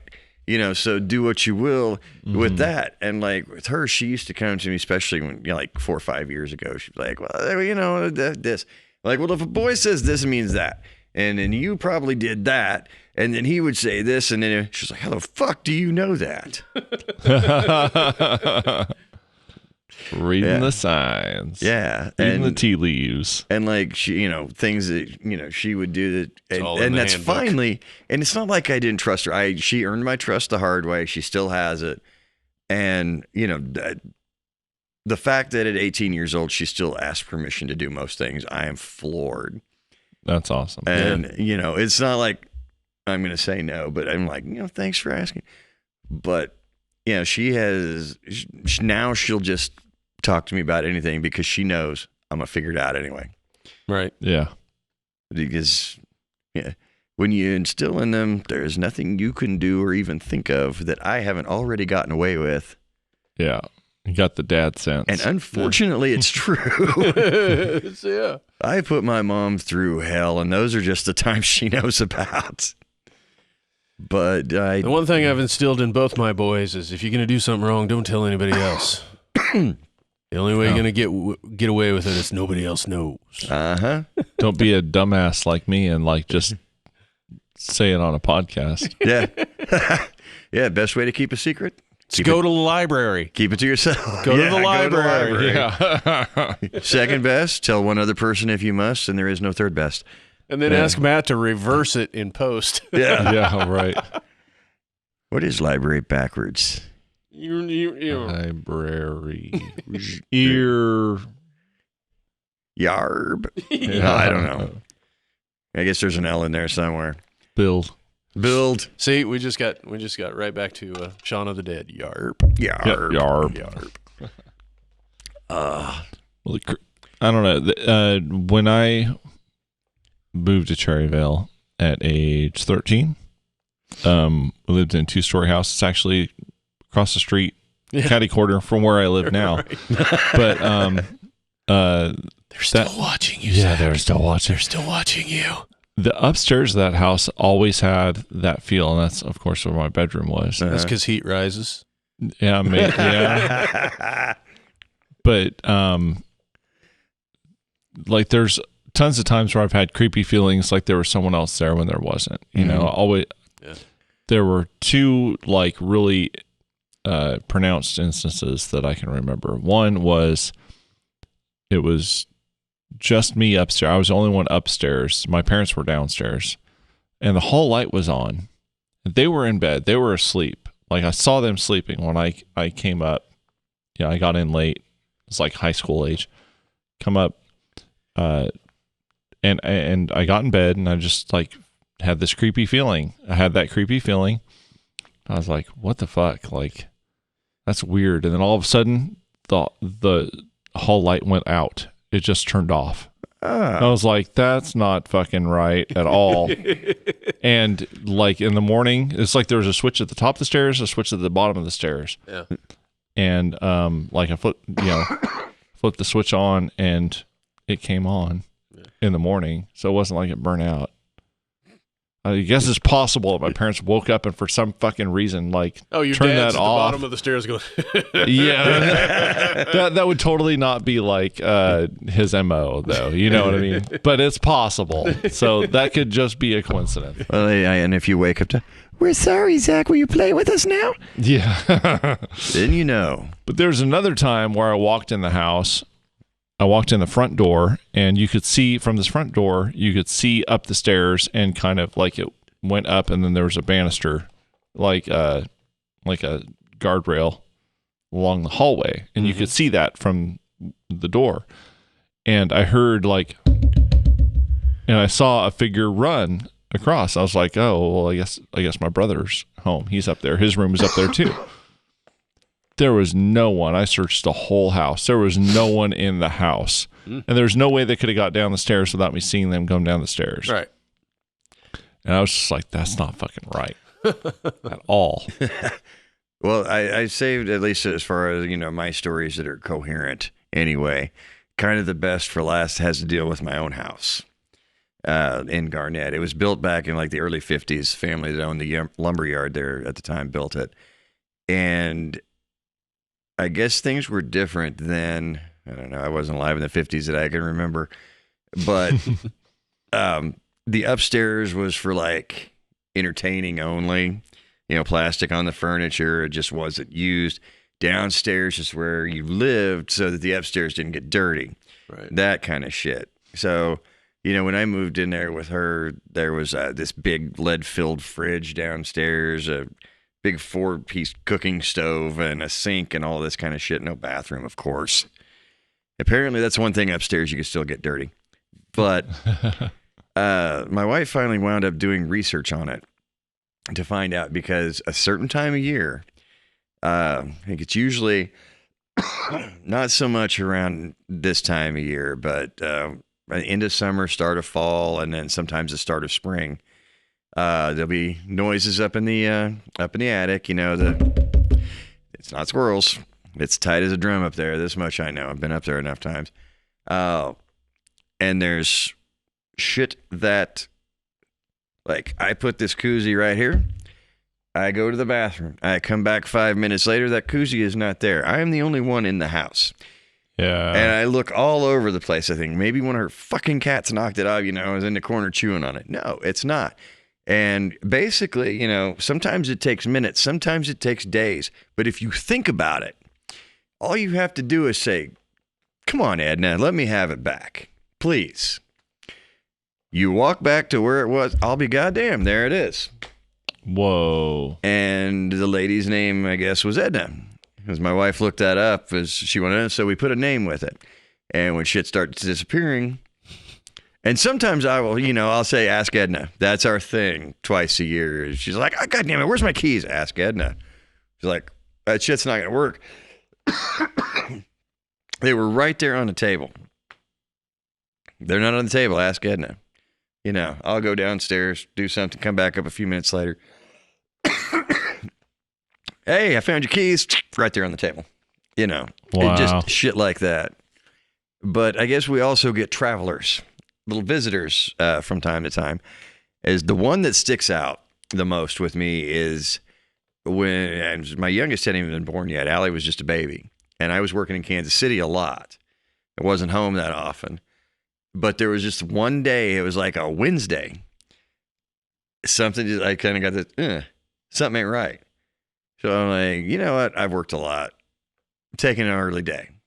And I left, I came home. And I guess when I got home, her and Rochelle and baby Allie were sitting out on the front porch. And they'd been there for like 30 minutes. She's like, thank God I was trying to call you. I wanted you to come home because, oh my God, I haven't been back in the house since. She heard, it was around that time of year, she heard a noise in the attic. She's like, maybe one of the cats is up there. Opens the door, takes the first step up, and she says this cold wind blew past me, and I heard.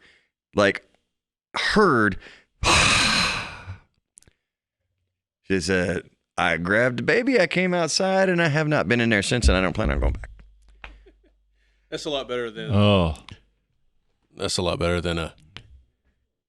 Yeah. yeah. Oh, yeah. Yeah, well, I mean, I went up there, I didn't feel cold. Yeah, so whatever I guess it was had gone on. But, there was, at least there was nothing up at the top of the... Chairs are stacked on the table in funky way. There weren't any flies, collected up there. There wasn't anything at the top of the stairs going at me, so... This house is clean. No, it's not. Step into the light. Steven! Stay away from the light! The other thing in that movie that freaked me out was the not little, but it's like a white kind of monster thing with like stilty kind of legs. It's like at the top of the stairs. It's like, Right. I was like, what the fuck is that? I have to ask this before I forget. With me, horror movies, I refuse to pick a favorite.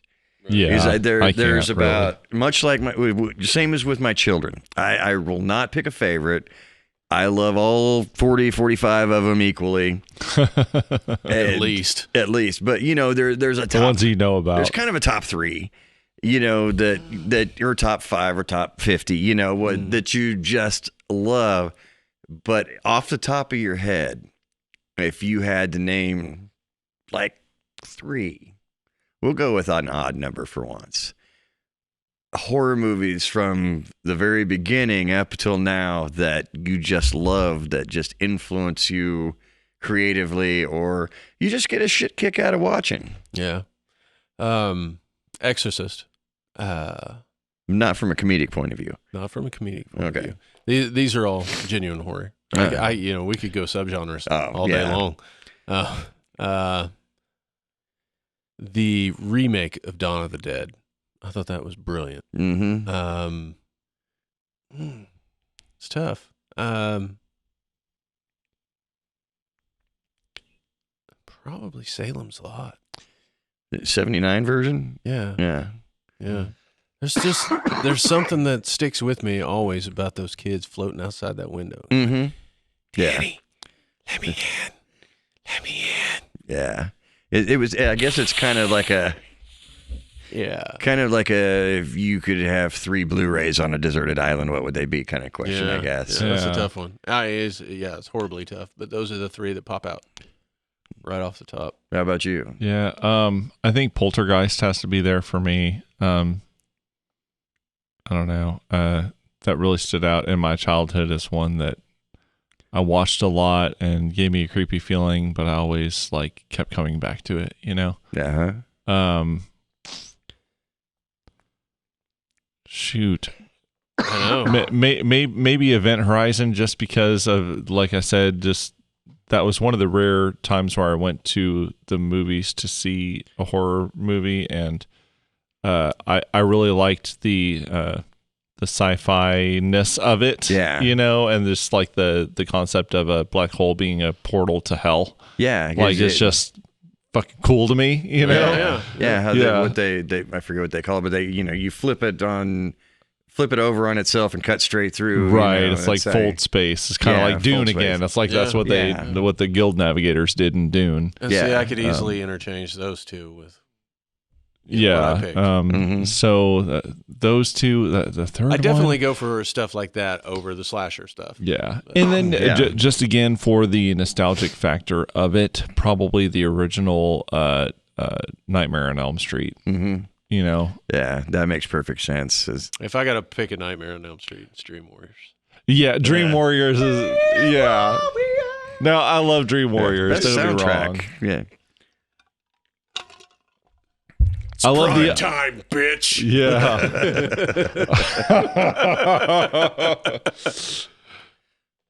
I love the idea of that being able to upgrade yourself in your dream. Yeah. Mm-hmm. Yeah. No, truthfully though, the first one was probably the scariest. Definitely. Yeah. Yeah. Johnny Depp being eaten by his fucking bed. Yeah, and having at least 6 bodies worth of blood. Right, out. exactly. Yeah, But I mean, right off the bat, when he kills Tina and she's rolling all over the fucking ceiling and shit, I was just fucking crazy, man. Yeah. Him like the wall like bulges out with this. Yeah. I think the second one is highly underrated it because is. it's really creepy. Yeah, it doesn't really seem to fit with the others. It's the campy ending, I think. Well, that Yeah. It just kind of comes out of nowhere. I didn't realize this was a whole thing, and I haven't watched it in years. So if I watch it again, I'm sure. But it's apparently very popular in the gay scene. What? The second one? The second one. Oh. Because Really? there's a whole lot of homoerotic Oh, really? overtones to that movie. Like, So I'm like, Jeepers Creepers too. well, Yeah. I think these are a little more in your face. I mean, they're Oh. talking about how the main protagonist is I don't. I need to watch it Yeah, again. It's yeah. been too long for me. I do too. Apparently, I don't remember that. Yeah. No, as I- a kid, I didn't either. But they started talking about it and giving me some details, and I'm like, And you watch it Oh, now, it's shit, like, now I need to watch it again. yeah, maybe like, oh, why didn't I see that? Because you're Yeah. young, impressionable. Oh yeah, I think I was 15, maybe. I think when that came out, and I think I mentioned one earlier. See, and it's because of that movie that you're not a homophobe. Yeah, I guess so. That All right, there you that go. saved us all. Well, that plus I have some gay relatives. Yeah, but we'll go with Freddie too. Yeah. Yeah. Robert Englund. It actually He's a makes more pioneer, man. sense. Thank you, Robert Englund. But no, I think I might have mentioned this like in passing earlier, but one of the creepiest movies to me in the last 40 years that I just love and I will watch over and over, it doesn't matter what time of year it is, and still get weirded out is Mimic. It's a good movie. Yep. And I think it has a lot to do with actual story. Yeah. I mean, there is a plot to this movie. There's a lot of gore. There's a lot of, why did that one have to die? You know, and one of, I wouldn't call it a transition, but it's kind of like after child star status, trying to make it as an adult actor, Josh Brolin role. And loved him in that. Yeah. Of course, loved him in everything from the Goonies to the Avengers. Right. But it's just so well made and so claustrophobic in a way. And like, I've only been like on a subway maybe twice. And I certainly have not been down to the original under that level where the trains were running in the old days. And I can only imagine. And, you know, starts out as a cockroach plague and just, and that, and it came out either the same year or within a year of each other as The Relic. Right. By far, Tom Sizemore's best movie. Everything pre-arrest. Yeah. He was good. He was a really good actor. He He's was. fucking great in fucking True Romance. Yeah. You know? Saving Private Ryan, he was great. Yeah. It's not Michael Madsen, but then again, he's still good in his own right. Yeah. I mean, Michael Madsen is going to play Michael Madsen, Yeah. you know? So. And Tom Sizemore is going to try to play Michael Madsen. Yeah. It's just, you got to give him the role. Yeah. And it's funny too that you say that because there are some Tarantino connections between Michael Madsen and Reservoir Dogs, Mm-hmm. and then Tom Sizemore in Natural Born Killers Mm-hmm. with his parole officer. Yeah. Reservoir Dogs. Yeah. And then the whole Michael Madsen and Travolta connection. Yeah. Yeah. And, see, that was putting universes together long before Marvel. Mhm. It just never got to expand on it. Well, Marvel had been doing it forever. They just haven't been able to do it on film. Yeah, that's true. Right. Yeah. But talking about claustrophobic, we didn't even touch on this. And God, it's a wonderful movie, The Descent. Oh, yeah. I've never watched that. Oh my God, dude, you need to watch it. Is that pretty badass? Yeah, it's very badass. really. I made Brooke go to the theater with me. She threw her arm out. She jumped so hard. Wow. Yeah, Outstanding. yeah, Oh, nice. yeah. She I'll hates have to me do for it that. to this day. Yeah, that was at a time when Neil Marshall could do no Right. wrong. And It's kind of the sad thing, man, is- Post Dog Soldiers. That was Yeah. right after Dog Soldiers. Post Dog Soldiers, yeah. And And by Doomsday was by really the time he got to Doomsday, I loved it. But I guess the rest of the world wasn't ready for a female Snake Plissken with a Road Warrior conclusion. good. I thought it was great. I thought it was amazing. My I wanna know family what- loves it, but it just didn't do any box office. And So what the fuck happened with Hellboy? I mean, everything was lined up. You had David Harbour to play Hellboy, which he Dave- did a great job, David Harbour did the best he could with what he had. and Neil Marshall to direct it, and Yeah. it is a And flopping steaming pile of shit. it's just one big clusterfuck. Are you talking about the newest one? Yeah. The newest one? And that is one of those that we were talking about earlier that I will watch and I will watch and I will watch until someday fucking pray to God that I actually love it. There are little things in there that are really good, and David Harbour was a great Ron Perlman replacement. Yes, he was. He- David Harbour's a great actor, period. Yeah, he could totally take over, and I have zero problem with it. Yeah, and I and- thought Ron Perlman was perfect. He was. But Neil Marshall is a genius, I think. Not with that movie. Not with that movie. He Ugh. fucked a football on that. Yeah, one. he did. Handed it over to Tom Brady after it was a little flat. Oh, my hair. Yeah. It was bad. Oh. And I hate to say it.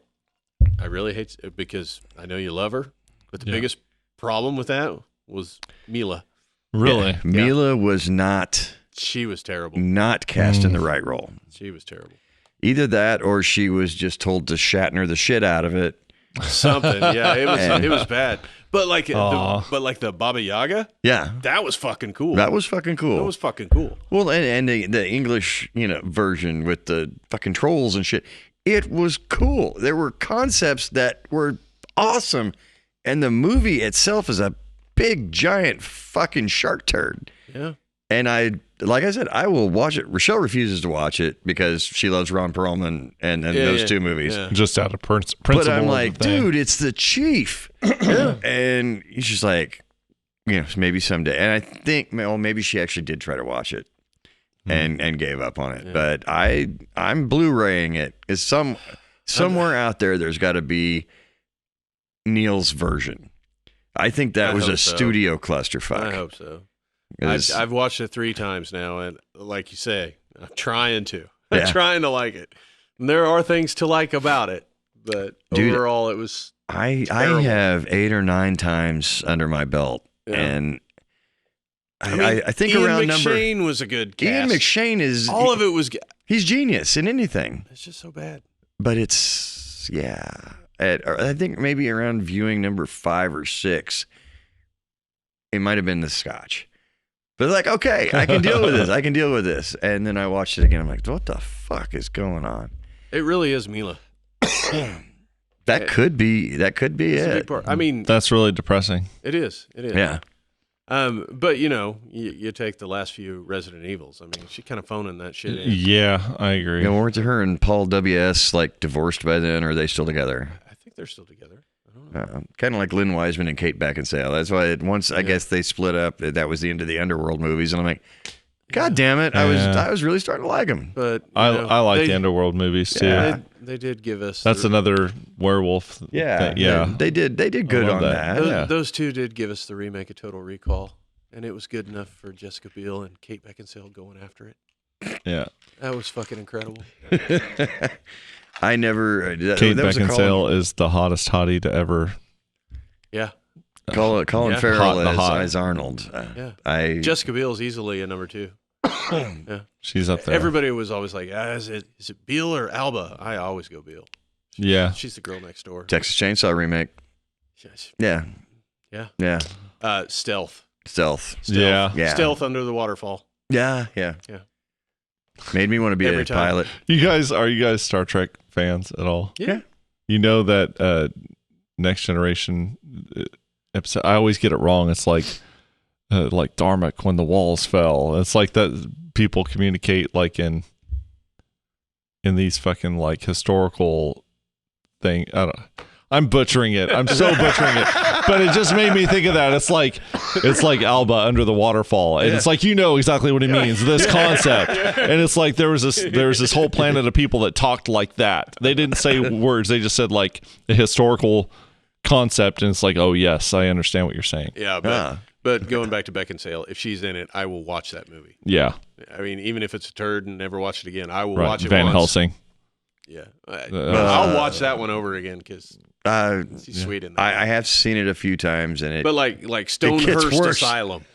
I don't know if I've seen That's that. some random Netflix semi-horror movie. See, Van okay. Helsing to me was when I finally looked at Stephen Sommers, someone who I had admired for 15 years. I I looked at him and I said, okay, you're done. Yeah. Was Van Helsing before or after G.I. Joe? Cut off. That was before. Before. Okay. Well, But- then that really amped up my fear Uh-huh. because I remember when he was attached to G.I. Joe. Okay, G.I. Joe was my youth. Yeah. Yeah. I mean, it started right. with Star Wars, but I was just old enough, or was just young enough to kind of really jump into Star Wars Empire era, Yeah. Return of the Jedi. Right. So my formative years was like when G.I. Joe was big. Right. Yeah. G.I. G.I. Joe Joe was a shit. and like Masters of the Yeah, Universe. Real Yeah. American hero. Yeah, and so I was just thrilled when they announced a movie, and Stephen Sommers was attached to direct, and I went, the guy from The Mummy? Which would have been, from Deep Rising to the Mummy movies, I was behind him all the way because I loved those. They were a good time. Yeah. It was a throw. Especially That's not what I wanted for G.I. Joe. But no, That that's was not the what you thing. want for Yeah. G.I. Joe. And I was behind him all the way. And Van Helsing came out, and I'm like, oh, that hurt. And I mean, It was more casting than anything. I think Hugh Jackman was terrible, and the guy playing Dracula was fucking So super bad. hammy. Yeah, he was super hammy. And he was butt awful. the digital effects, Oh, like yeah. the CGI in that was Yeah. just like And- real fakey and looking. you know, But you know what? That movie's still a guilty pleasure. I'll fucking watch it. I Just can't. because. Yeah. Rochelle loves it, just like she I loves do Brothers not love Grimm. it, but you She'll know, watch that shit over and we'll over throw too. it on. It's like the poor And- man's underworld kind Yeah. of Yeah. like And- that feel, but and like the guy playing Frankenstein's monster is like, yeah. Yeah. "Are you on fucking stage?" He's like, "Hey!" Yeah, like don't do Peter Boyle. Only Peter Boyle can do Peter Boyle. But no, and I am one of the biggest as far as suspension of disbelief. I will throw everything out the window, and it's like I know this is just a good time movie. I don't give a Yeah. shit if you're bulletproof. You know, if you Snake Plissken's revolver fires 80 shots on top of the World Trade Center, I don't give a fuck if I'm in the moment and I'm loving it. I can look past all of that shit. With Van Helsing, my Achilles heel, my kryptonite was that fucking crossbow Tommy gun. That's what killed it. Yeah. That's what killed Pretty it for me. bad. Or oh, I'm not a monk. I'm just a friar. Let's bang. Yeah, You know what I mean? Yeah. To the point where my first draft of Unholy Ground had a crossbow, like a street sweeper, like the little clip with the little arrows. And Zombie Dave, who co-wrote it with me, when we were reading that, he's like, that's fucking cool. Those things exist. I'm like, fuck no. I said, that's just my little stab at Van Helsing. And he's like, oh, that was god awful. Let's not do that. Like, let's not do that. So, no. Kate Beckinsale can drag me back into the movie anytime. Yeah. yeah, but a fucking Tommy gun crossbow in the 1700s will take me right back out. I guess apparently that's where I draw the line of all goddamn things.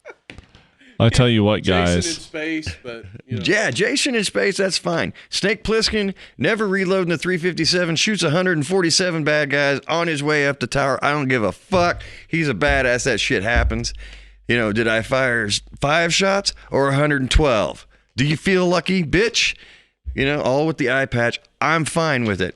Give me a crossbow Tommy gun back in medieval Dracula times, and I'm like, fuck you, I'm out. Yeah, but as soon as Pliskin starts playing basketball, I'm out.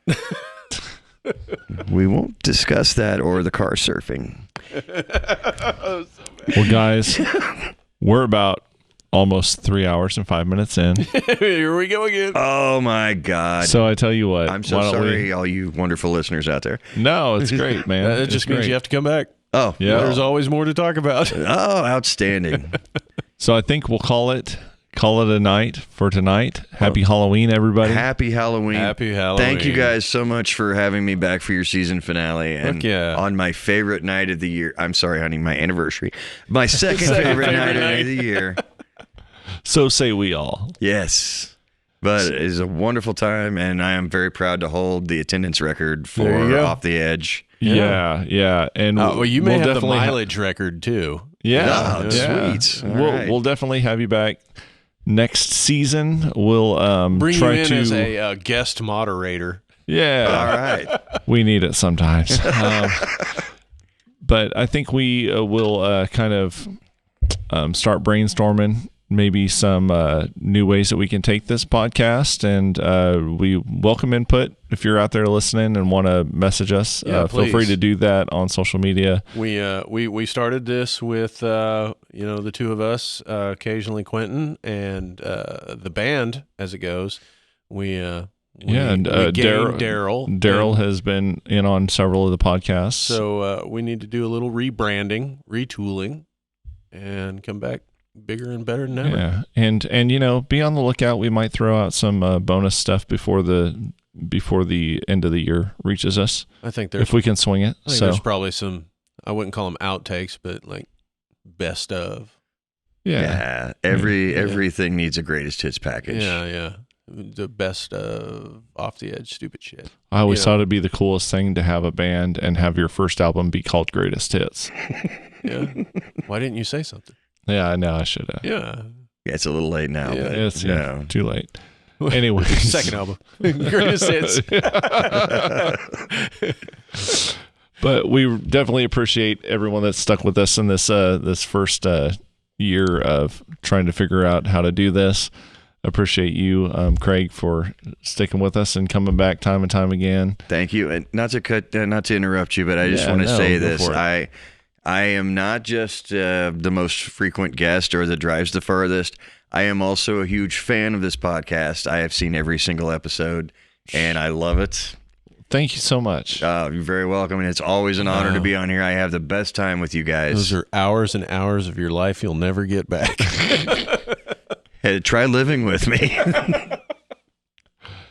But I'm sorry, no. Ro. So if you enjoy what you're hearing here, please do subscribe. Get notifications for new episodes on whatever platform you're using. Go ahead and review us if you'd like. Give us some 5 stars. We won't mind that. Let us know what you're thinking on social media. You can find us at Edge Over Edge, all one word, because that's a band. Check out our music on Spotify too. Yeah. Hell, do all that stuff. Yeah, and please reach out to us if you got ideas, you got stuff you want us to cover, anything, Like I say, we want to come back bigger and better than ever. So it starts with you guys. You listen. Yeah. So we appreciate you all. Thank you very much. We'll be back bigger, better, stronger, Harder. harder. All right. We'll leave it at that, everybody. Have a great one.